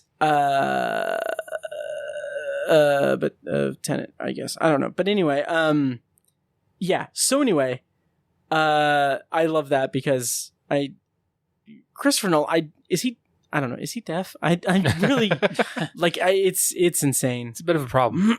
Yeah. So I just wanted to share that because I thought it was a delicious tweet. Do you guys have any other thoughts and non-spoilers, or do you want to go into spoilers, or? I do. What have you? You do have thoughts. Okay. How did you guys feel about the casting? Do you, as readers of the books, do you feel like they matched up to how they were written? Like, I think, personally, I think Timothy Chalamet as Paul is just a fucking slam dunk. Oh, Perfect, yeah. I couldn't envision anyone better. Mm-hmm. But anyone else that stood out to you, or for good or bad? Man, I think Stellan Skarsgård is perfect casting. Yeah. And the visualization of the Baron is like he's horrifying. Right. It's horrific. Absolutely. Yeah, he was perfect casting for that. I've been a Rebecca Ferguson fan for a while, and I think she did a good job too. Yeah. I think her character was a little underused. I think she's going to have a bigger role in the second film. But that's not necessarily a criticism. I guess there's a ton of moving parts to this story in this movie, so there's only so much you can do. But we praised Jason Momoa earlier. I wanted to see more Josh Brolin as Gurney. He's unfortunately not in it a lot, which is kind of a bummer. But I thought everybody was just on point. Javier Bardem, his entrance, god damn, he's great. I think Oscar Isaac, right. I would love to see more of him. But I think, visually and skill wise, I don't know if I'd change anything as far as casting. I mean, yeah. And I'm excited for Zendaya in part 2. I mean, she has literally like nothing to barely do here, and that was a bummer for me. But I understand with the structure and everything. But also, I don't know. Yeah. It is kind of weird how heavily she was promoted in this, and with given how much she has to do in it. Right. But speaking of promotion, before we jump into spoilers, patreon.com/obsessiveviewer. Did you see? I love the dismissive laugh. Okay, just let it out. Did you guys see the general poster, the main poster that was used in the United States versus the Chinese poster? I did see that. I didn't. The character of Dr. Kynes is not on the poster for the Chinese poster, and she's the only black person. Right. Javier Bardem is Hispanic. Jason Momoa he's a person of color, right? But the one black person is not on the movie poster. And they have a history of doing that famously with John Boyega and Star Wars. And Fecus post is it?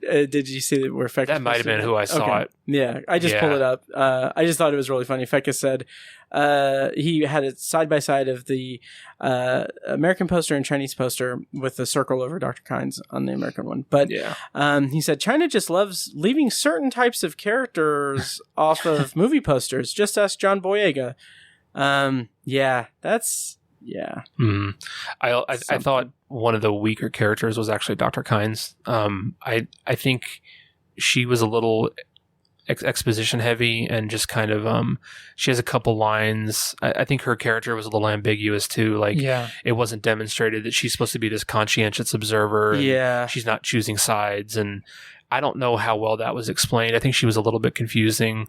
And she's just kind of got a couple lines that I thought were not the best written. The actor was fine. She did a good job. She was fine, but especially at the kind of the end of her performance, she did a good job. But the character was just a little unrealized, in my opinion. And I like Denny's decision to gender flip the character from the book. And I also... Oh, yeah, that's right. It worked, I feel... Maybe I'm misremembering it, but I feel like he was... In the book, he was around for longer than she was here. I don't know. It's like I said, it's been a little while, so I can't remember exactly, but... I think you're right. Okay. Yeah, I feel like it was a little bit more prominent. I did like the way that the character was introduced in this movie and the way that the character was outlined in the movie as a, like you said, Tony. I mean, this is disagreeing with your assessment, but I feel like it. For me, it felt like it was an essential character, a good way to kind of demonstrate the squirreliness of the Imperium and how this character is like the part of the transition team, right? So I liked it. That was fine. Okay. Yeah. But as far as casting, the only downside is Zendaya is barely in the movie, right? She's like almost only in the movie visually. Right. Right. She has the opening narration. Yeah. And then, and she's in Visions, and then, Not a lot of Dave Bautista either, which is a bummer. That was a big bummer too. No, but we'll definitely get more of him in part 2. Yeah. Right. Yep. He was also kind of serving double roles because he was a bit of a blend of, in the book, Rabin is a character, but he kind of teams up with Fade Rautha, the other. I think he's also a nephew of the Baron. I don't remember. Yeah, I can't remember either. But Fade Rautha is more of like the fighting. He's more of like the Gurney Halleck, Duncan Idaho kind of fighting type champion character. I saw some people, or I think I saw at least one person say that they were surprised that in 2 big adaptations and everything so far, no one has thought to combine Duncan Idaho and Gurney. Yeah, that's true. Yeah. Which I was thinking about that, and I don't remember necessarily a lot from the book and everything, but I would say that I'm very glad that they're not, specifically because, and we can get into spoilers here in a second, but specifically because they serve very different purposes, obviously. And I think if they were to combine those characters as being like I guess technically Duncan Idaho was like the weapons trainer guy, but the reason that Gurney Halleck was brought in was because he was going to Arrakis and everything. But that's maybe another slight detriment to the movie, to the storytelling and everything, that we get one scene with the weapons training thing, and that's that's the introduction of it, the introduction of the shields and everything, and it's introducing Paul and Gurney's kind of dynamic also, which isn't prevalent in the movie by any stretch, but it's serving a lot of masters in that scene. Yeah. But I feel like if they were to combine Duncan Idaho with Gurney Halleck, I think in this iteration there would have been something lost. Yeah. In terms of connection to Paul, because there is such a friendliness and a warmth that Jason Momoa gives to Timothée Chalamet. Their scenes together are very warm and everything, which we'll talk in spoilers, but contrast that with Gurney Halleck being like, oh, you're not ready, or you're not feeling it today, or you're not in the mood. You're not in the mood. Yeah. First of all, that was really freaking cool. It's fun. Yeah. I loved it. But yeah, so yeah, we'll see. Any other thoughts before? Gurney Halleck is kind of like the weathered, experienced fighter too. He's clearly much older, and Duncan Idaho is kind of he's hot right now. He's the up and comer raw talent kind of guy. Yeah. So they're two different things. I think you could combine them and maybe have a solid story, and you wouldn't be missing much. But I'm glad. I don't want to lose Josh Brolin or Jason Momoa. No, yeah. Oh yeah. Right. Yep. So real quick before, sorry to keep this going, but before spoilers, have either of you seen the 80s David Lynch movie? I have not. Negative. Yeah, and I have also not seen the Jodorowsky Dune.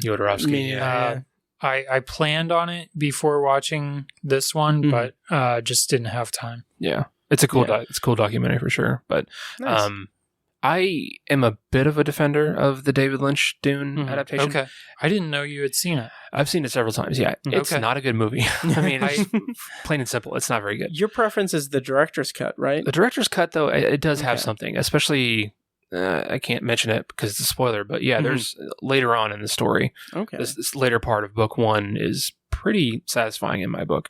But it's very cheesy, and since you both read the book, you'll know there's several parts in the book where the character is having an inner monologue, and it's like Paul thought to himself that his mother was only doing, and he has this whole inner monologue. Well, David Lynch puts that in the movie. Oh yeah, I remember you telling me about that. It's literally like a close-up of Kyle MacLachlan thinking, and he's doing a voiceover where he's like, I don't know what my father is thinking doing this today, and it's hammy as fuck, and it's a bummer, but there's some things to really enjoy about that movie. Again, good costuming. It's campy as shit. If you can get past that, I think it's worth a watch, in my opinion. I think the director's cut is really hard to find, though. Oh, okay. I saw it on like Sci-Fi Channel. Oh, wow. When I was like a kid and I had never read the book, and I was like, "This is kind of good." I thought this movie sucked, and like on TV, it was like 4 hours long because with commercial breaks and shit. Oh yeah. I think the actual cut is like close to 3 hours. Okay. So I don't know if you can find it anywhere, but it's worth it. I think whichever cut is on HBO Max is like 2 hours and 10 minutes or something. Okay, like that's theatrical. I think. Okay. I'm pretty sure. So probably, yeah. Yeah, I have it on Blu-ray. It's nice. It's campy as shit, but there's some good stuff in there, in my opinion. Okay. Denis Villeneuve's version is obviously way better. So, anyways, that's all my piece, I guess. Nice. Well, my thing. Can I do a quick rant about? Yes. Part 2. Yes. Before we go into spoilers, so my immediate reaction after finishing this was that I was very mad at, I don't know if it would be Warner Brothers or Legendary or who, but it just makes me mad that like we only just today, after opening weekend, got the green light for a part 2. Yeah. When Denis Villeneuve kind of, I guess, was very cryptic, but, hinted very heavily that this was only a part 1 of at least 2 of this story. And I just don't understand why Warner Brothers or Legendary or whoever did not just immediately greenlight a part 2. Yeah. And maybe they knew all along that that was going to be the plan and were just like doing some coy like marketing shit to like, I don't know, maybe if we make enough money. Yeah. But like what else did you need to know before saying yes to this? Like he said like this is only half of the story. You have a director that knows what he's doing with sci-fi. You have like, even if you were going to try to get him to condense it all into one movie, it would have been a total disaster. Right. Yeah. So I just don't know what else they would have wanted. And like, has he started a script yet? Do we know? There has to be, because he originally wanted to film them back to back. Okay. I would imagine there is one. And like, I think I read that the script is complete. Okay. Yeah. But now we know this now, but we didn't know this until today, how long we would have to wait to get a sequel. Like maybe we're spoiled now because sequels get released, on a yearly basis, but that's just how fucking Hollywood has worked since, Lord of the Rings, basically. I just don't know why they played so coy with this, whether or not a part 2 would happen. It just annoyed me. Yeah, I definitely get that. I absolutely get that, especially because I like going through like when I was like reading up on it, like before it was released and everything. I was trying to figure out. It was when I was reading the book. I was like, so it has been said that it's part 1, right? Like this is months ago, and I couldn't find. I was like wondering, and I was worried. Like, did they film them back to back and everything? Because like, I mean, the cast is in high demand. Yeah. But and so like all of this thing, all of that stuff. But I will politely just say I wasn't angry, specifically because I think that there are definitely extenuating circumstances. Because I've got to wonder if we would have, if it would have played out the same way without COVID. Right. Like last year, because last year it got pushed a year away, and this is when, like, obviously theaters shut down for a long time. They are now this year doing the hybrid HBO Max and theatrical release and everything. There's been a lot of studio backlash with that and everything. And I kind of get it. Like, I get the hesitance. I get the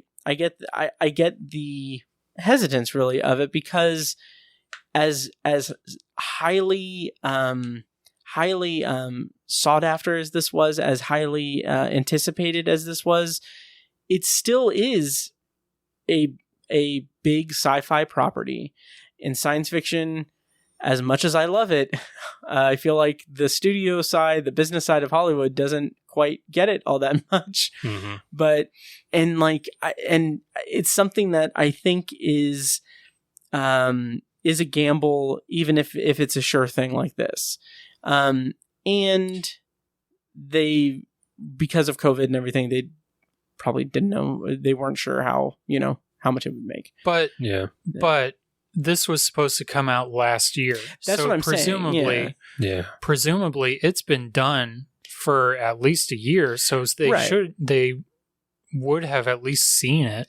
So they would they wouldn't know like whether it was garbage or not. But also, I think that the issue with that line of thinking is that you're assuming that the suits of Hollywood know fuck all about anything entertainment related. Right. Yeah. They are just looking at like different metrics and everything. It's something that it's not something that they're going to watch a movie and be like, oh, I love this movie, so we're going to give this guy another $165 million budget to make another one, and then it underwhelms or doesn't make its money back in the first one, we're kind of in hot water. Right. I'm speaking as a fan of the Dark Tower series. Yeah. But yeah, I do think I understand the frustration. I understand that, but I think that there is, for better or worse, there is definitely the business side of things that is a problem. And I think that's why we didn't get confirmation or anything, especially in these uncertain times. Yeah. To answer it succinctly, dollars and power. Yeah. I think, and it's a never ending conflict between business and art. Mm-hmm. And it has to be both, right? And I think, from a creative standpoint, they would be idiots to not greenlight a second one, but it comes down to dollars, and I think that's a bummer, but it's reality. Yeah, and I think it's also kind of a if you give a mouse a cookie situation where they're like, oh sure, Denis, here you go. Here's a budget, 2 movies, go ahead and get her done. And then 5 years from now, there's some other giant science fiction franchise that some director comes on and wants to make, and then he's like, well, you let Denis Villeneuve make 2 movies, why can't I make 2 movies? And, and they're like, they want to hold on to that power, whether it's an illusion or not. The studios want to hold on to that power of who they can delegate their money to, and they have control over the creative process, and that pisses me off because they shouldn't. They should be like, that's what you want to do? Okay, here you go. Here's the money for it, and we'll make our money back. And it's a bummer. But I wasn't frustrated by it either. But but I totally get why you feel that way, because I felt that way about so many movies in the past. I look at that. What was it called? John Carter movie. Yeah. I think they dropped like $200 million on that, and it was a flop. I think it made like 50, 60 million. Yeah. And I think something like that, there's several other examples where they just, they're worried about their money. And that was supposed to be like, that was going to be a big Star Wars-esque franchise thing. Right. And also, that is a very apt comparison as well, because that's based on source material from decades ago and everything. And also, the other thing to consider with Dune is that it's also been adapted before. And that's true. That's a good point. Something that isn't celebrated. It's kind of a punchline. Yeah. And also, I kind of feel like I can kind of hear the I forgot to mention something else, but I can also kind of hear in my head people saying, well, what about Lord of the Rings and stuff? It's like, also that was such an anomaly. The idea of them giving a budget of 3 movies to film back to back to back, it's insane. Right.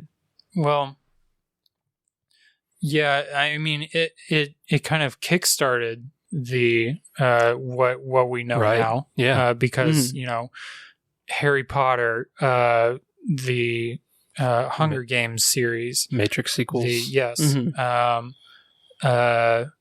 To some extent, the Kill Bill Part 1 and 2. Oh, yeah. That I'm sure there's just a ton of other franchises that have done it, but, that's, I don't know. It is it can also save money in the long run, too. You reuse sets instead of have to build them. Yes. There's money-saving things, but yeah. And you don't have to work around the actors' schedules. Right. That, too. So. Yeah. Actors aging and stuff like that. Yeah, yes. it'd be a benefit, but... Yeah, I totally get how you feel, but it's just one of those realities that sucks. But it's a bummer. I'm glad now that we know that it's happening. Yeah, at least I'm glad it happened really this quickly. Yeah, right. Yeah, I don't know why. And that it's doing well in theaters. Yeah. But I just thought. I haven't finished season 1 yet, but Ted Lasso. There's a scene in season 1 where they are, and this is a tangent and everything, but they're trying to get rid of a curse or something, and like one of them has like sand from a beach, and he's like, this is sand from the beach where I first had sex with the supermodel. And then I can't remember who it was, but someone went up to him and put his hand on his shoulder and said, all he says is, smile because it happened. I'm like, that's great. Damn it. That's a great I really need to get back to that. But anyway, it made like what, 40 million, 41 million? Yeah, something like that. Yeah. Okay. Do you guys know, is that like the best tally that any movie's gotten and during the pandemic times? That's a good question. I have not stayed on top opening weekend. I don't think so. I know it's like high up there. Okay. Like I assume Black Widow probably got close to that. But I meant to look it up, but I forgot. Yeah. Maybe some kind of animated kids movie or something. No, there's been something else since Black Widow. But I can't remember. Shang-Chi, did that do pretty good? I think so. Yeah. No Time to Die. Oh, sure. Yeah, I guess. Oh, yeah. Yeah. Venom did really good, too. Oh. Yeah. Oh, yeah, that's right. Yeah, so... Sorry, we keep kicking this can down the road. Right. Transition into spoilers. Yeah, I thought there was something else I was going to say, non-spoiler, but screw it. Do you guys want to go into spoilers for Dune? Let's do it. Yep. All right, let's Dune it. All right, so I'm going to play a clip from the trailer, and then when we come back, we're going to be spoiling Dune. A boy. Hey, Duncan, can I trust you with something? Yes, always. You know that. I've been having dreams about a girl on Arrakis. I don't know what it means. Dreams make good stories. But everything important happens when we're awake. Hey, you. Put on some muscle? I did? No. We are House Atreides. There is no call we do not answer. There is no faith that we betray. Smile, Gurney. I am smiling. The Emperor asks us to bring peace to Arrakis. House Atreides accepts! So, spoilers on for Dune, and I kind of want to get us kicked off just by talking a little bit about the scale of it. Like, hearing that scene where the Duke is like, there's no call that House Atreides doesn't answer, or whatever, or there's no review that people post on iTunes that, whatever, I don't know, it's stupid. But the scale of that, like, just this, like, seeing, like, I mean, it's very much like, it's kind of, it's that kind of like natural kind of militaristic kind of society kind of depiction. Like, it's seen in places in the real world, but also like it reminds me of like the First Order in Star Wars and everything. Yeah. But just like seeing that, the scale, the ritual, the ceremony of like the whole depiction of them, like having a representative from the Imperium come to formally request that the Atreides take over from the Harkonnens on Arrakis and everything. Like, just the ceremony, it says so much about the Imperium and the world and the galaxy and everything. It's just really, really cool. So, yeah. So, spoilers on. Let's talk about I cannot spoilers. believe that the Duke was Paul's father the whole time. Right. Whoa. Mind blown. Thanks for saving that for spoilers. Right. But to go along with that, yeah, and I think you guys mentioned this in your parking lot episode. It's a parking lot special. Potato. But that the production design in this is fantastic. Like, I don't know about you guys, but and I kind of mentioned this in non-spoilers, but the way that Frank Herbert writes these books, it, like, the geography of it just kind of got lost on me for a lot of it. Like, the city on Dune, I could not picture any of that. I couldn't picture the Fremen cities. I couldn't picture the Thopters. I just Same here. So I really loved the designs of the cities and the sets and the vehicles and all of even like the desert scenes. Like, you can tell that they were filming in a desert. Mm-hmm. They weren't like in, like, you know, the American Southwest or whatever. Right. Mm-hmm. Or like on a sound stage or whatever. Yeah. Right. It's just something that I really appreciated. Mm-hmm. Yeah, and that was brought up in the interview that I listened to with Denis Villeneuve, and they were like, you know, the interviewer was like, you know, you could have shot this on a soundstage. I'm sure these actors were just absolutely sick of the sand by the end of this thing. And he's like, yeah, we could have, but I wanted the realism. I think they filmed it in Jordan, I want to say is where they filmed it. So yeah, and I think that came across totally. And I was really pleased to see so much, again, like a lack of sound stages. Like, there was a lot of physical sets constructed for this, and there wasn't like an annoying number of CGI shots that were, you know, overwhelming and felt fake or cartoony. It was very rooted in reality and physical filmmaking. I saw, or I think I saw, like a tweet or a quote in an article or something. And Matt, I know exactly what your reaction to this is going to be, but I saw that Christopher Nolan praised this because of its use of practical sets.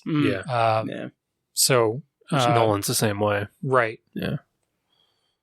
Nice. Like, the second viewing, and I'm gonna revert to this again, and I'm sorry, but it's funny because it influenced Star Wars. Obviously, Dune did, but I keep like when they're on Arrakis and they're looking at Gurney and Leto are looking over the city and everything, and they're pointing out, like, this is where the spice refinery is and everything. This is our stronghold here and everything. This is where we need to do this and this and this and everything. As, like, it's just showing the scale of it and everything. Yeah. In my head, I just went back to my dickhead Star Wars criticisms, like, we're gonna make a desert planet and right. I had the same, yeah. And then, apropos of nothing, but I also thought, like, by the third one, by Return of the Jedi, he was probably like, let's make a forest planet. And then someone's like, hey, George, let's, cool. And he's like, I'll make it a moon then. Anyway, so the scale of it's amazing. The practical sets and everything is really, really immersive to me. Very immersive to me. Yeah. Yeah, there was something big I want to talk about in spoilers. Do you guys want to talk more in depth about the character arc of Paul? Because I didn't want to say this in non-spoiler, but in that second viewing, I got a lot more out of the character. In particular, the scene where he and Lady Jessica are in the tent, and he's having those visions of Chani and the Fremen. That was his strongest part of his performance. Oh yeah, he was great there. And I think that is both for me a compliment and criticism for it, specifically because that's why you cast a Timothée Chalamet in this role. Yeah. Like that's where you get that. But also I'm what's the word? Not jealous, but I am greedy because I wanted more of that. I wanted him to have that struggle, like have that just outward struggle in his choices and everything. And when it gets to the point, like, I love the outburst. I love the outburst where he's like, "Get away from me! You did this to me. You and your Benny Gesserit are maybe a freak." Yeah, made me a freak. There you go. Yeah. I was gonna say, like, didn't teach me about lightsabers, but like that freak, like that was one of my favorite scenes in the entire movie. But talking about more freely his character arc overall, like, the movie hinges, the climax of that character, the climax of the movie is his duel with the Fremen dude and him killing someone in it. And like, that felt to me so just honestly just hollow. Like, it felt like there was, like, Lady Jessica's like, "Oh, he's never killed someone before." I'm like, yeah, I mean, that's an important, like, I remember that line from the book and everything, but I kind of wish that it was a little bit better seated and not just like outright said like, "Oh, hey, by the way, the importance of this is that he is still a child and he has not killed another person. So he's going to do this and everything. He's asking if he yields, but hey, he hasn't killed someone." That's going to be the big character arc thing. It's like, okay, well, maybe have more than just one scene with him training with Gurney, or maybe have another scene that demonstrates like him struggling with, his incoming adulthood and everything, and the weight of being a potential leader to whatever his destiny is, and if that fails, whatever his safety school is for leadership. Like, yeah.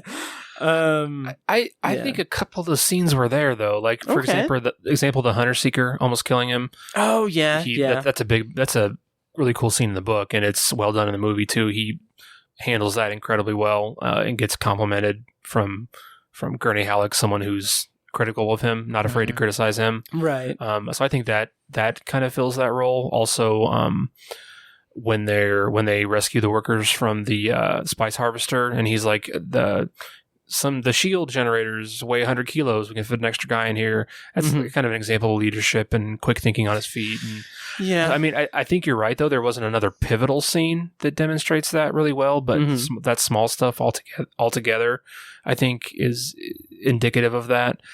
And also, I think that the scene at the end where he kills Jameis and sort of kind of becomes a man, if you will, kind of the rite of passage thing, I think it's heightened by the fact that before that, he's been having these visions where he's not sure what's true and what's an illusion or what's actually going to happen. This could happen, that could happen.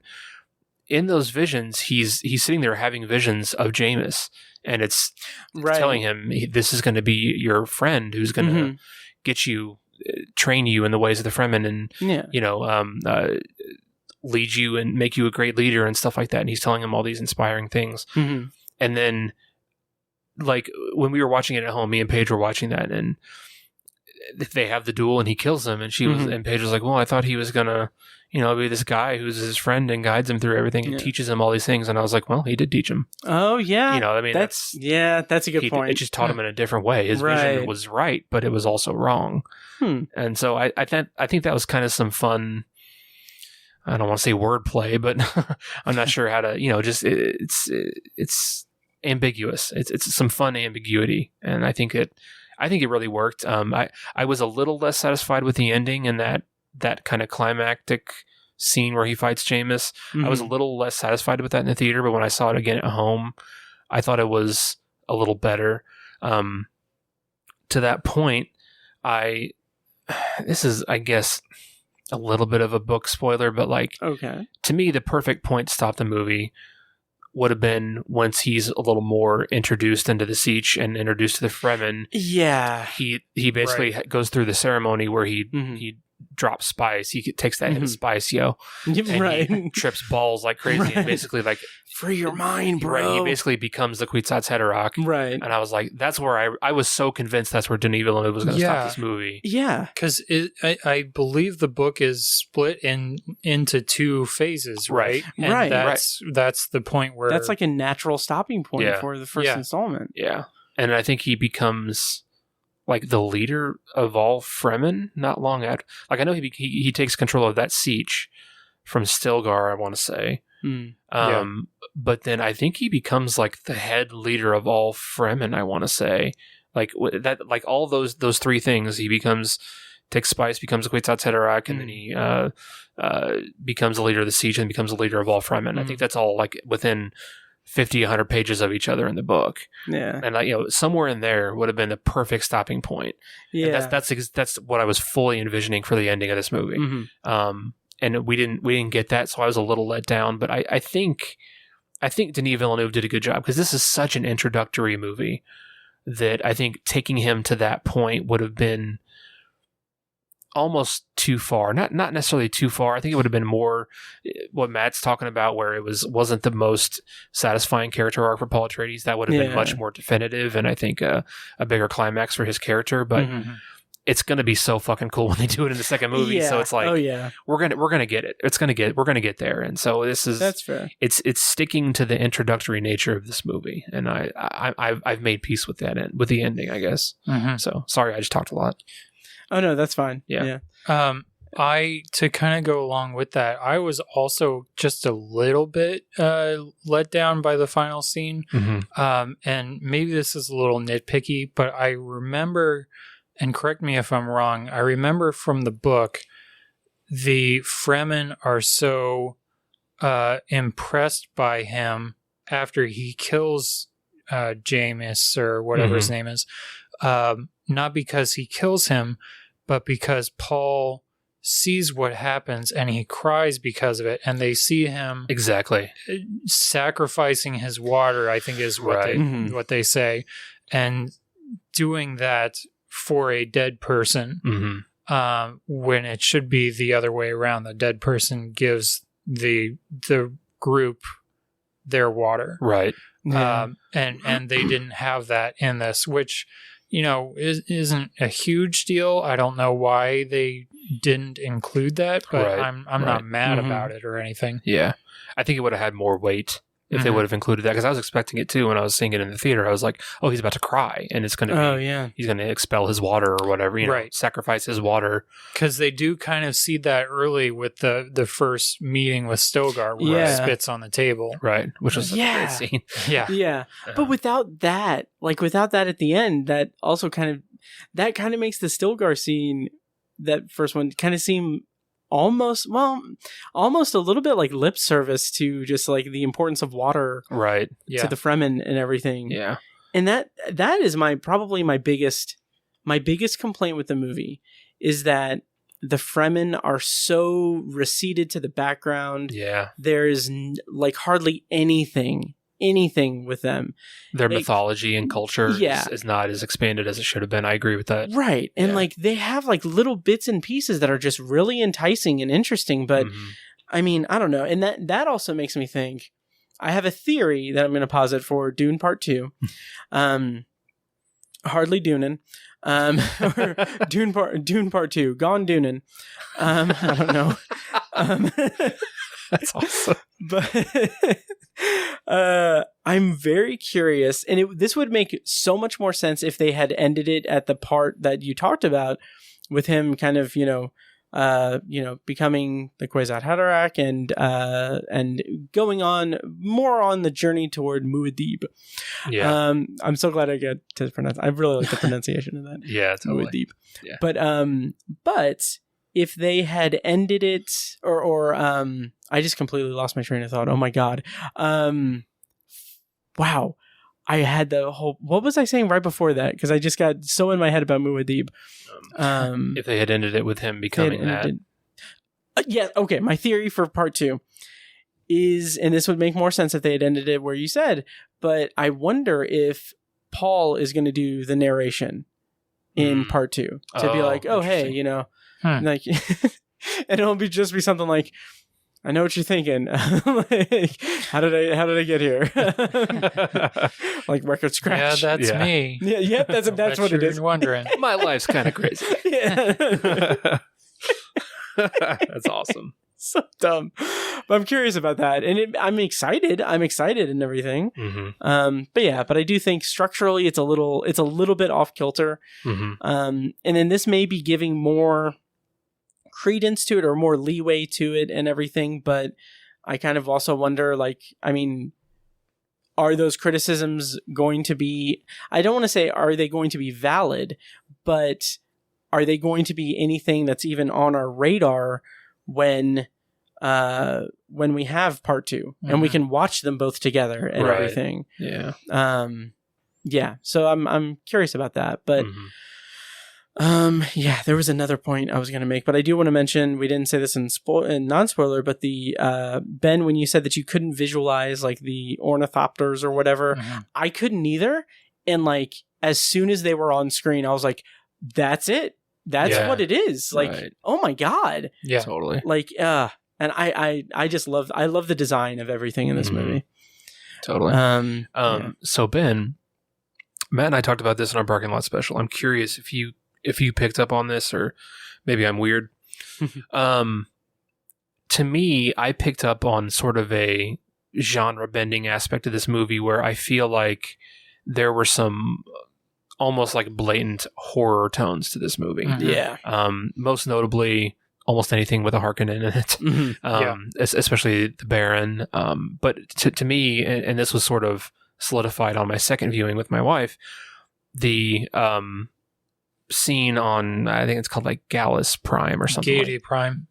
Well, not Gaiety Prime. The scene on the Sardaukar army planet. I can't remember what it was. Gallus something. I don't remember. Maybe I'm making that up.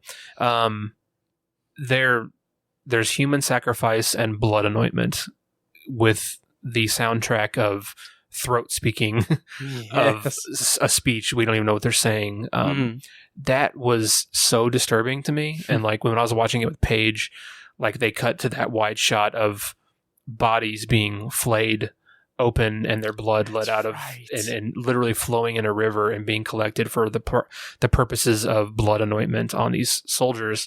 My wife was just like, oh, like she had an audible reaction to it, and I was like, right, me fucking too. I was like kind of sick to my stomach on watching that on a 160-foot screen with the bass of that speech going on. I was like, that was just audibly and visually perfect as far as like something that's going to like haunt me and stick with me forever. I'm curious if you had like sort of almost horror undertones or horror-y kind of reactions to some of the stuff in the movie.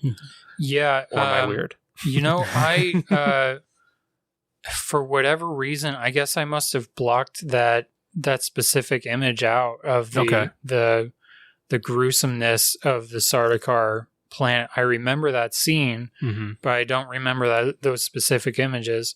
But yes, I definitely would agree that there are definitely some horror images. And I think I read a headline. I didn't read the whole thing, but there was an interview with, I believe, Dave Bautista and Stellan Skarsgård, who, like, they said their primary objective was to be terrifying. And yeah, I definitely agree. They succeeded with that. Mission accomplished. Yeah. But like, we kind of said it a little bit in non-spoilers, Stellan Skarsgård, just the way that his character is designed is just terrifying. Yes. And the way that he moves around with that, like, I don't know, hover chair or whatever with his spine is really, really interestingly done. Because it's so creative. Because in the book, he wears a belt. He wears like an anti-gravity belt. And I think I heard too in the David Lynch version, he kind of does move around a little similarly, but he's a cartoon. It looks more goofy. He's a cartoon in the David Lynch movie. It's not well done at all. Okay. The thing I found interesting, and this might just be my, it's probably not a good analysis or anything, but my kind of take on his design in it.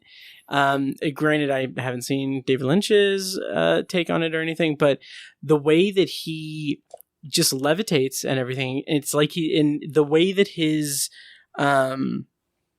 his costume or his wardrobe is like flowing down. It's like it is so interesting to me because it's like he is like it's like he's like I am the sandworm. Like it's very wormy, and it just seems like this is in an interesting way. It's like it's like he has presided over Arrakis for however long and everything, and it's weird that like sandworms are like I guess apex predator, I guess, or like they're kind of top of the food chain, and like he has, in my opinion, has patterned himself after that, or just created in himself this vast quality and everything. And I think that that's just really interesting characterization for the Baron. So I don't know. To add on to the horror elements as well, one of the scenes that I was most excited for is the scene with Paul and the Reverend Mother of the Bene Gesserit with his hand in the box. That scene was like one of my favorites in the book. And I was really curious to see how Denis Villeneuve was going to portray that, because it's not really a very like kinetic scene. It's all very internal. Right. And I love the way that Villeneuve, showed it. I love Timothée Chalamet's performance in it. It was as exciting on the screen as it was in the book. Because he really has to show, he's feeling pain and fear, but also sort of confidence. Right. And just the way that it all comes together here was just really well done. Yeah. I love that scene too. I think that was probably the second most impressive scene from Timothée Chalamet, because like you were saying, the part where he kind of overcomes it mentally and focuses and gains confidence to like, okay, I can do this, and he kind of starts to like stare down the Reverend Mother. I was like, hey, he's hitting it out of the park here. He's doing a good job. I agree. I really liked that scene a lot too. And I mentioned the costuming. I loved the way she looked. That giant ridiculous pope hat and the veil over her face. That was really cool. Yeah. I'm just going through our text, our like the three of our texts and everything, and just like there was a tweet that we shared last month, but it was a tweet that was extreme. Did I share this with you? I don't know, but it was extremely Elton John voice. Bene Gesserit. That's awesome. So dumb. Yeah. But yeah, that scene was incredible. I feel like that. Speaking to the mythology and world building, I feel like kind of a dropped ball in the whole movie. I'm not really mad at it, but it's something that I think would be fun if they'd explored more. Were the Mentats? To be completely honest, I 100% forgot everything about Mentats until this. Me too. I had to like go Googling and stuff. Yeah. And like what are they? Again? I don't remember. In the movie? They're like human computers. They're like human computers. Yeah, like Thufir Hawat, the black guy who kind of heavyset black guy was a Mentat. Piter de Vries, the people who can like shadow their eyes. They're both Mentats. Gotcha. Yeah. Wow. But none of their mythology was explored at all. Yeah. And they're highly, arguably just as influential as the Bene Gesserit. The Bene Gesserit? Yeah. They're up there with, the Spacing Guild and the Bene Gesserit. They're their own whole order, and they're some of the most trusted advisors of all these high houses, and like none of their mythology was explored. Yeah. And again, I'm not that mad at it, because, you've got, this could have if you explored some of these things we're talking about, you could be looking at a 3-hour plus movie. Right. Yeah. And it's just half the damn book. Yeah. So I understand why it was left out, and maybe there's going to be more of it, but I just think that the Mentats are really cool. And, it would be cool if they were explored more. As kind of a middle finger to James Cameron and everything, I would love the idea. I love the idea that what if like they make Dune into this massive kind of big franchise thing, while James Cameron is still like, oh, I'm still making my like 4 Avatar sequels and everything. Yeah. But yeah, and people just like lose interest in Avatar. Yeah. Well, and I am really glad. This isn't a spoiler, but I'm really glad that this movie exists how it does, because I could easily see this being turned into a miniseries, like on HBO Max, and just being completely forgotten in a year or two. Yeah. Yeah. There's so much potential for spinoffs. Oh, yeah. There was talk about an HBO Max spinoff for all about the Bene Gesserit.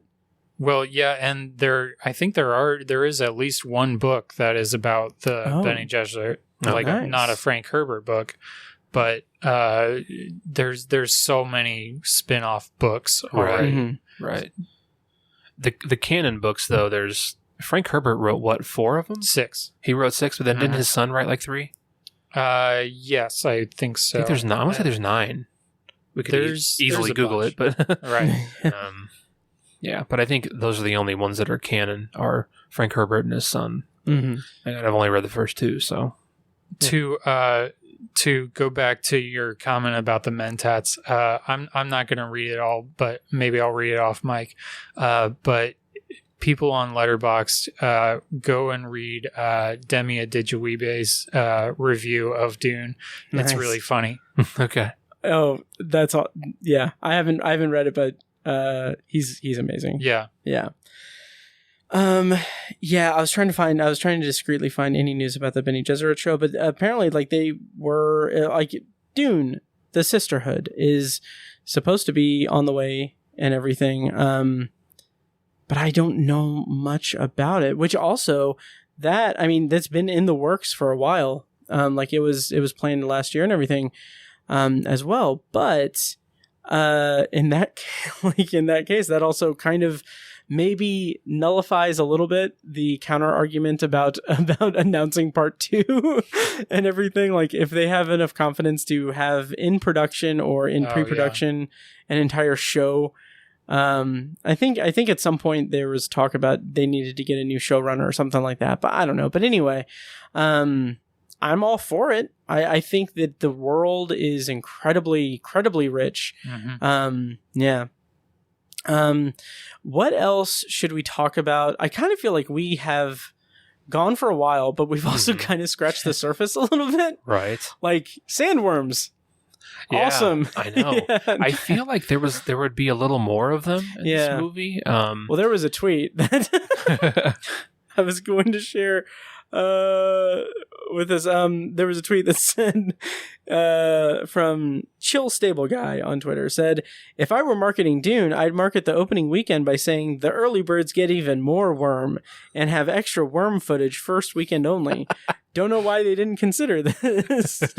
So that's funny. I sent that to Fecus and he said, "That is so a Matt Hurt joke." Yeah. Yep. Yep. I mean, I understand that the relevance of the worms grows in the second half of the book, and they become more relevant. We understand their role as makers, you know. It was only kind of hinted at in this movie. Right. So I get that, but yeah, I mean, there's like 3 or 4 scenes with sandworms. That's about it. And we don't really, until the big scene that's real dark when they're trying to cross to the, after the Thopter crashed and they're trying to cross the desert, and that sandworm comes out of the sand and looks at him kind of. We didn't really get a really good shot of what a sandworm looks like until that point. I agree. It's kind of crazy. And I like that in terms of withholding it and everything, and it makes that scene more powerful, in my opinion. Yeah, that's true. That's the scene I was talking about, that the sound, like just the like the I don't right. know. I can't do sandworm, but yeah, the sound is just really cool. Like that almost mechanical, like organism kind of thing. Right. Yeah. It's really cool. Totally. Yeah.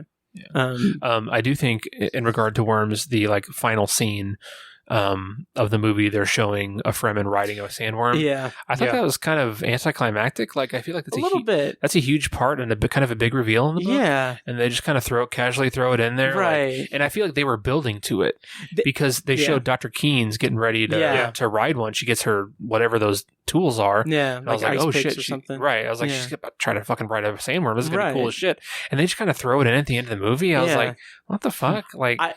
I will say, Denny, if you're listening, I love you, but I would say that they set up the Fremen riding the sandworm better than they set up Paul's ascension into Fremenhood or something. Like his thing, like set up that duel at the end and everything is, in my opinion. Okay. Yeah. Which also, to go back to talking about just the overarching thing of like a self-contained storyline in a single part thing, like I do make that comparison to Fellowship of the Ring and It Chapter 1, but I feel like It Chapter 1 and Fellowship of the Ring, they are much more self-contained stories than Dune was. True. Yeah, I agree. So I think there's a way to do that. There's a way to Dune that, but I think that's just one of the faults of this movie. Yeah, and I do think speaking of visual cues and stuff, choices that they made in the movie.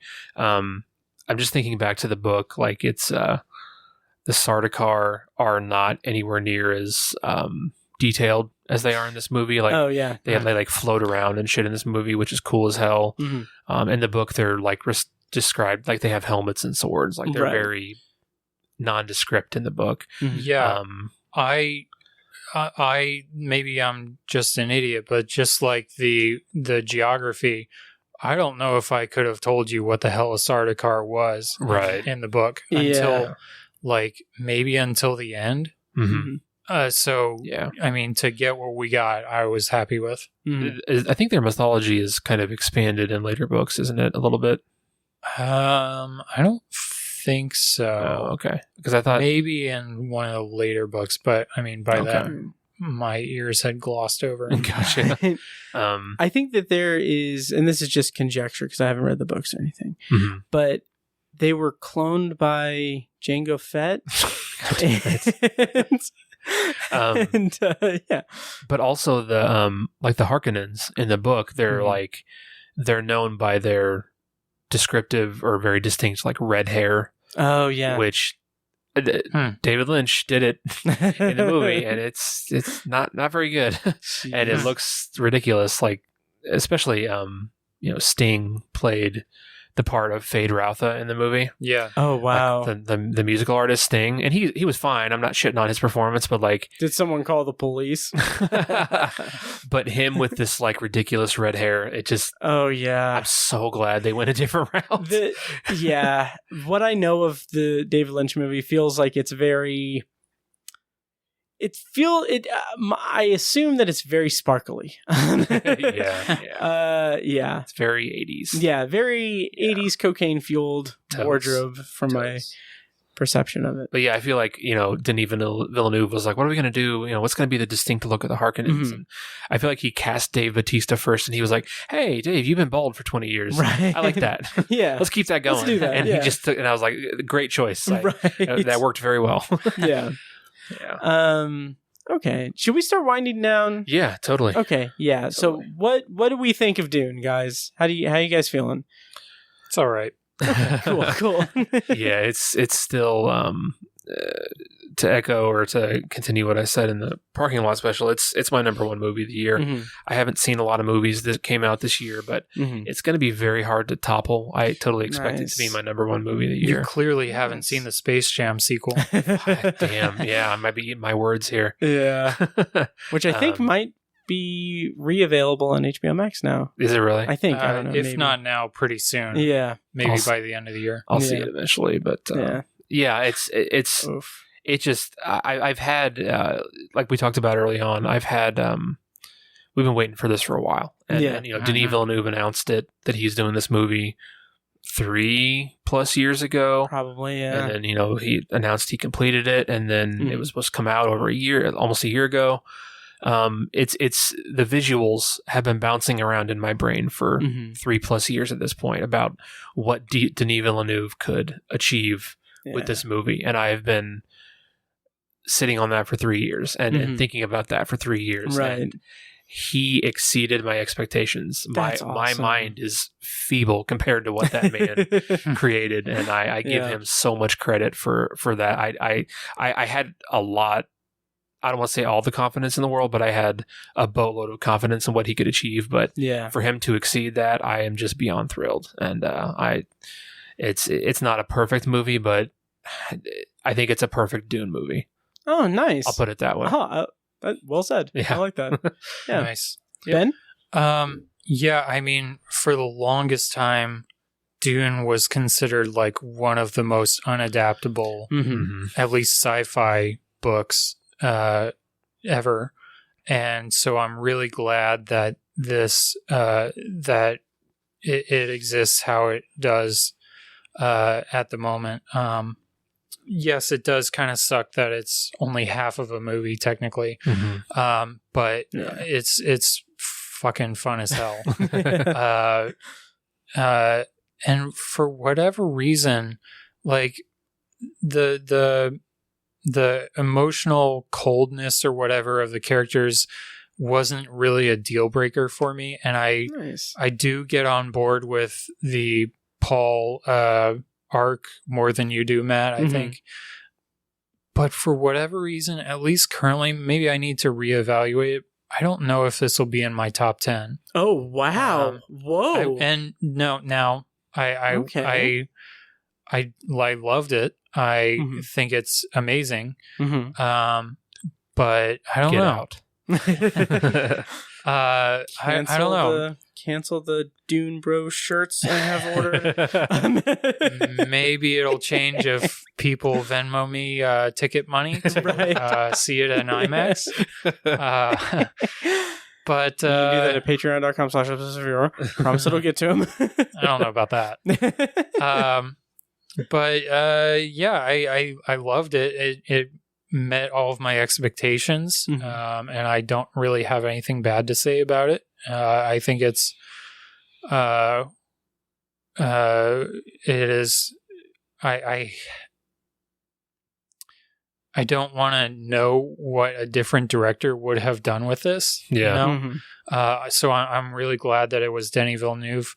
I'm excited to see what it does with the Oscars. That's probably just me. But yeah, it'll at least make for an interesting, visual effects and everything. Like those categories are good. Like all of the tech categories for sure. Yeah. Sound, cinematography, visual effects. Yeah. Right. I want to share one more tweet that Ben, you actually shared from Mike Drucker. This cracked me up. Dune. This is a conversation. So like Dune saying, people use space drugs to travel through space and gain superpowers. Me. All right. Dune. Space drugs are only on a dirt planet with giant worms and also the new space messiah. Me. Pretty reasonable. Dune. There's a character named Duncan Idaho. Me. Okay, hold on. That was great. That was so good. That was perfect. One of the best things about this being released is the internet realizing that there is a character named Duncan Idaho. And all of the memes that have come out because of it. One of my favorites is one for people that have seen What We Do in the Shadows. It's a classic. So if you want to see it, I have a screenshot of it. Send me a DM on Instagram. Nice. I'm not sure what Frank Herbert was thinking there. So I'm Googling something and I'm hoping that I can find, I'm hoping that someone has made this, but while you're doing that, I'll just say real quick, I'm really glad that I read the book beforehand, but I'm curious.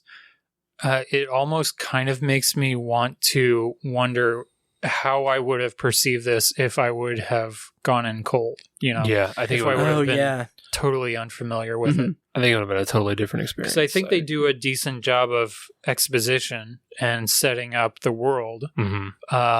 But it I know my sister hasn't read the book, so I'm curious to see what her reaction is going to be. Right. Nice. Yeah. So I haven't found like an image to my liking or anything, but the thing that I Googled, and people have said it, there's been memes of it and everything, so it's not very clever or anything, but the thought that I had in my head was, Arrakis runs on Duncan. I think I have seen one that was like that. That's awesome. Or Duncan, Idaho run. I don't know. Yeah. Arrakis runs on Duncan, Idaho. Yeah. That's funny. Yeah. So yeah, I thought of that and just giggled to myself. It's clever. Yeah. Okay. Have we sufficiently talked? Well, I mean, we could talk more, but right. I kind of want to get you guys out of my apartment. Yep. So overall, I liked Dune. I hope you guys liked it too. I hope you guys liked our episode on it. Mm-hmm. Maybe I'll try to get Fekis on to do like a supplementary episode or something. I don't know. But I think next week we are going to try to reconvene for a review of Marvel Studios' Eternals, which the three of us saw at a screening last night.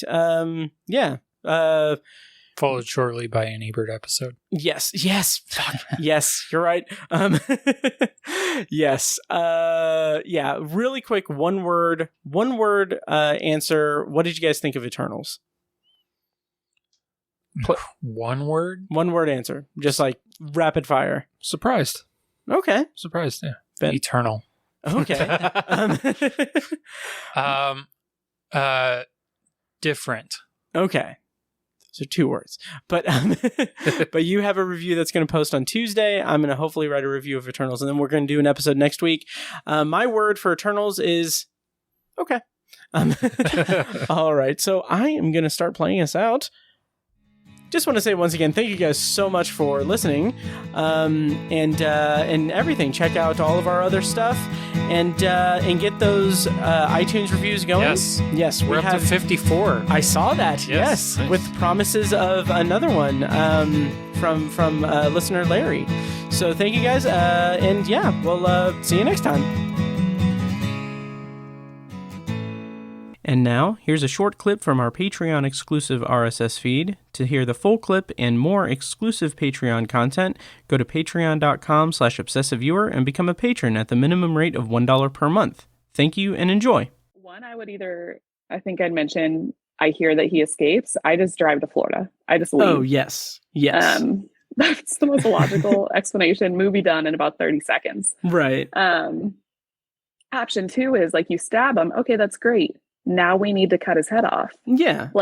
You may have, she does it at the back of the neck. Mm-hmm. You may have paralyzed him. Right. But you may not actually kill him. And I mean, that's assuming that you're hitting the spinal cord and all the nerves and everything. Right. I'm option. Okay, that was fun. You had your moment. Now, when you head out, I'm in the background with a saw, right, cutting the head off, destroying the brain. Yes. For everyone listening, Jess has a fascination with the brain. She has a collection, and she has promised to preserve my brain when she murders me and keep it on display. Yeah. Mm-hmm. Which, maybe. To be honest, I think that's just super nice, and I really appreciate that. The Obsessive Viewer podcast is edited and produced by Matt Hurt and presented by ObsessiveViewer.com. For a full archive of our episodes, go to ObsessiveViewer.com/OV archive. You can also like our Facebook page and join the OV Facebook group at facebook.com/TheObsessiveViewer, and follow us on Twitter at ObsessiveViewer and at ObsessiveTiny, and follow our recurring co-hosts at I am Mike White, that's me, at R.A. Fekis, and at Burger_Lurker. If you enjoy the show, please take a couple minutes to leave us a rating and a quick review on Apple Podcasts. This is the easiest way to support what we do, and all it costs is a little bit of your time. If you'd like to donate to the podcast, you can make a PayPal donation at obsessiveviewer.com/donate, or support us on Patreon for recurring donations and access to commentary tracks and B-roll audio recorded exclusively for patrons at patreon.com/obsessiveviewer. Every donation goes toward paying the fees to keep the podcast running and is greatly appreciated. For official Obsessive Viewer merch, including shirts, mugs, phone cases, and more, visit our TeePublic store. You can find a link to the store in the show notes of this episode and at obsessiveviewer.com/donate. Or you can simply search for Obsessive Viewer at teepublic.com, T-E-E, public.com. For information about our annual live event showcasing short horror films from local filmmakers, check out shocktoberinirvington.com. And for an archive of all our events, as well as news about potential future events, head over to obsessiveviewer.com/live. For more podcast content, you can find Anthology, Matt's solo podcast covering The Twilight Zone and other classic and contemporary science fiction anthology TV shows at anthologypod.com and on Twitter at OVAnthologyPod. You can also find Tower Junkies, a podcast where Matt and Tiny share their love of all things Stephen King and his magnum opus, the Dark Tower series, at towerjunkiespod.com and at towerjunkiespod on Twitter. And finally, check out The Secular Perspective, Tiny's side project podcast, which tackles current events and life's big questions from the perspective of secular hosts Chad and Amanda at thesecularperspective.com. The theme music for The Obsessive Viewer comes courtesy of the band Loudlike from their EP Mistakes We Must Make. Additional bumper music is provided courtesy of As Good As It Gets, which can be found at facebook.com/asgoodasitgetsband. Thank you so much for listening, and we'll see you next time. Kitty!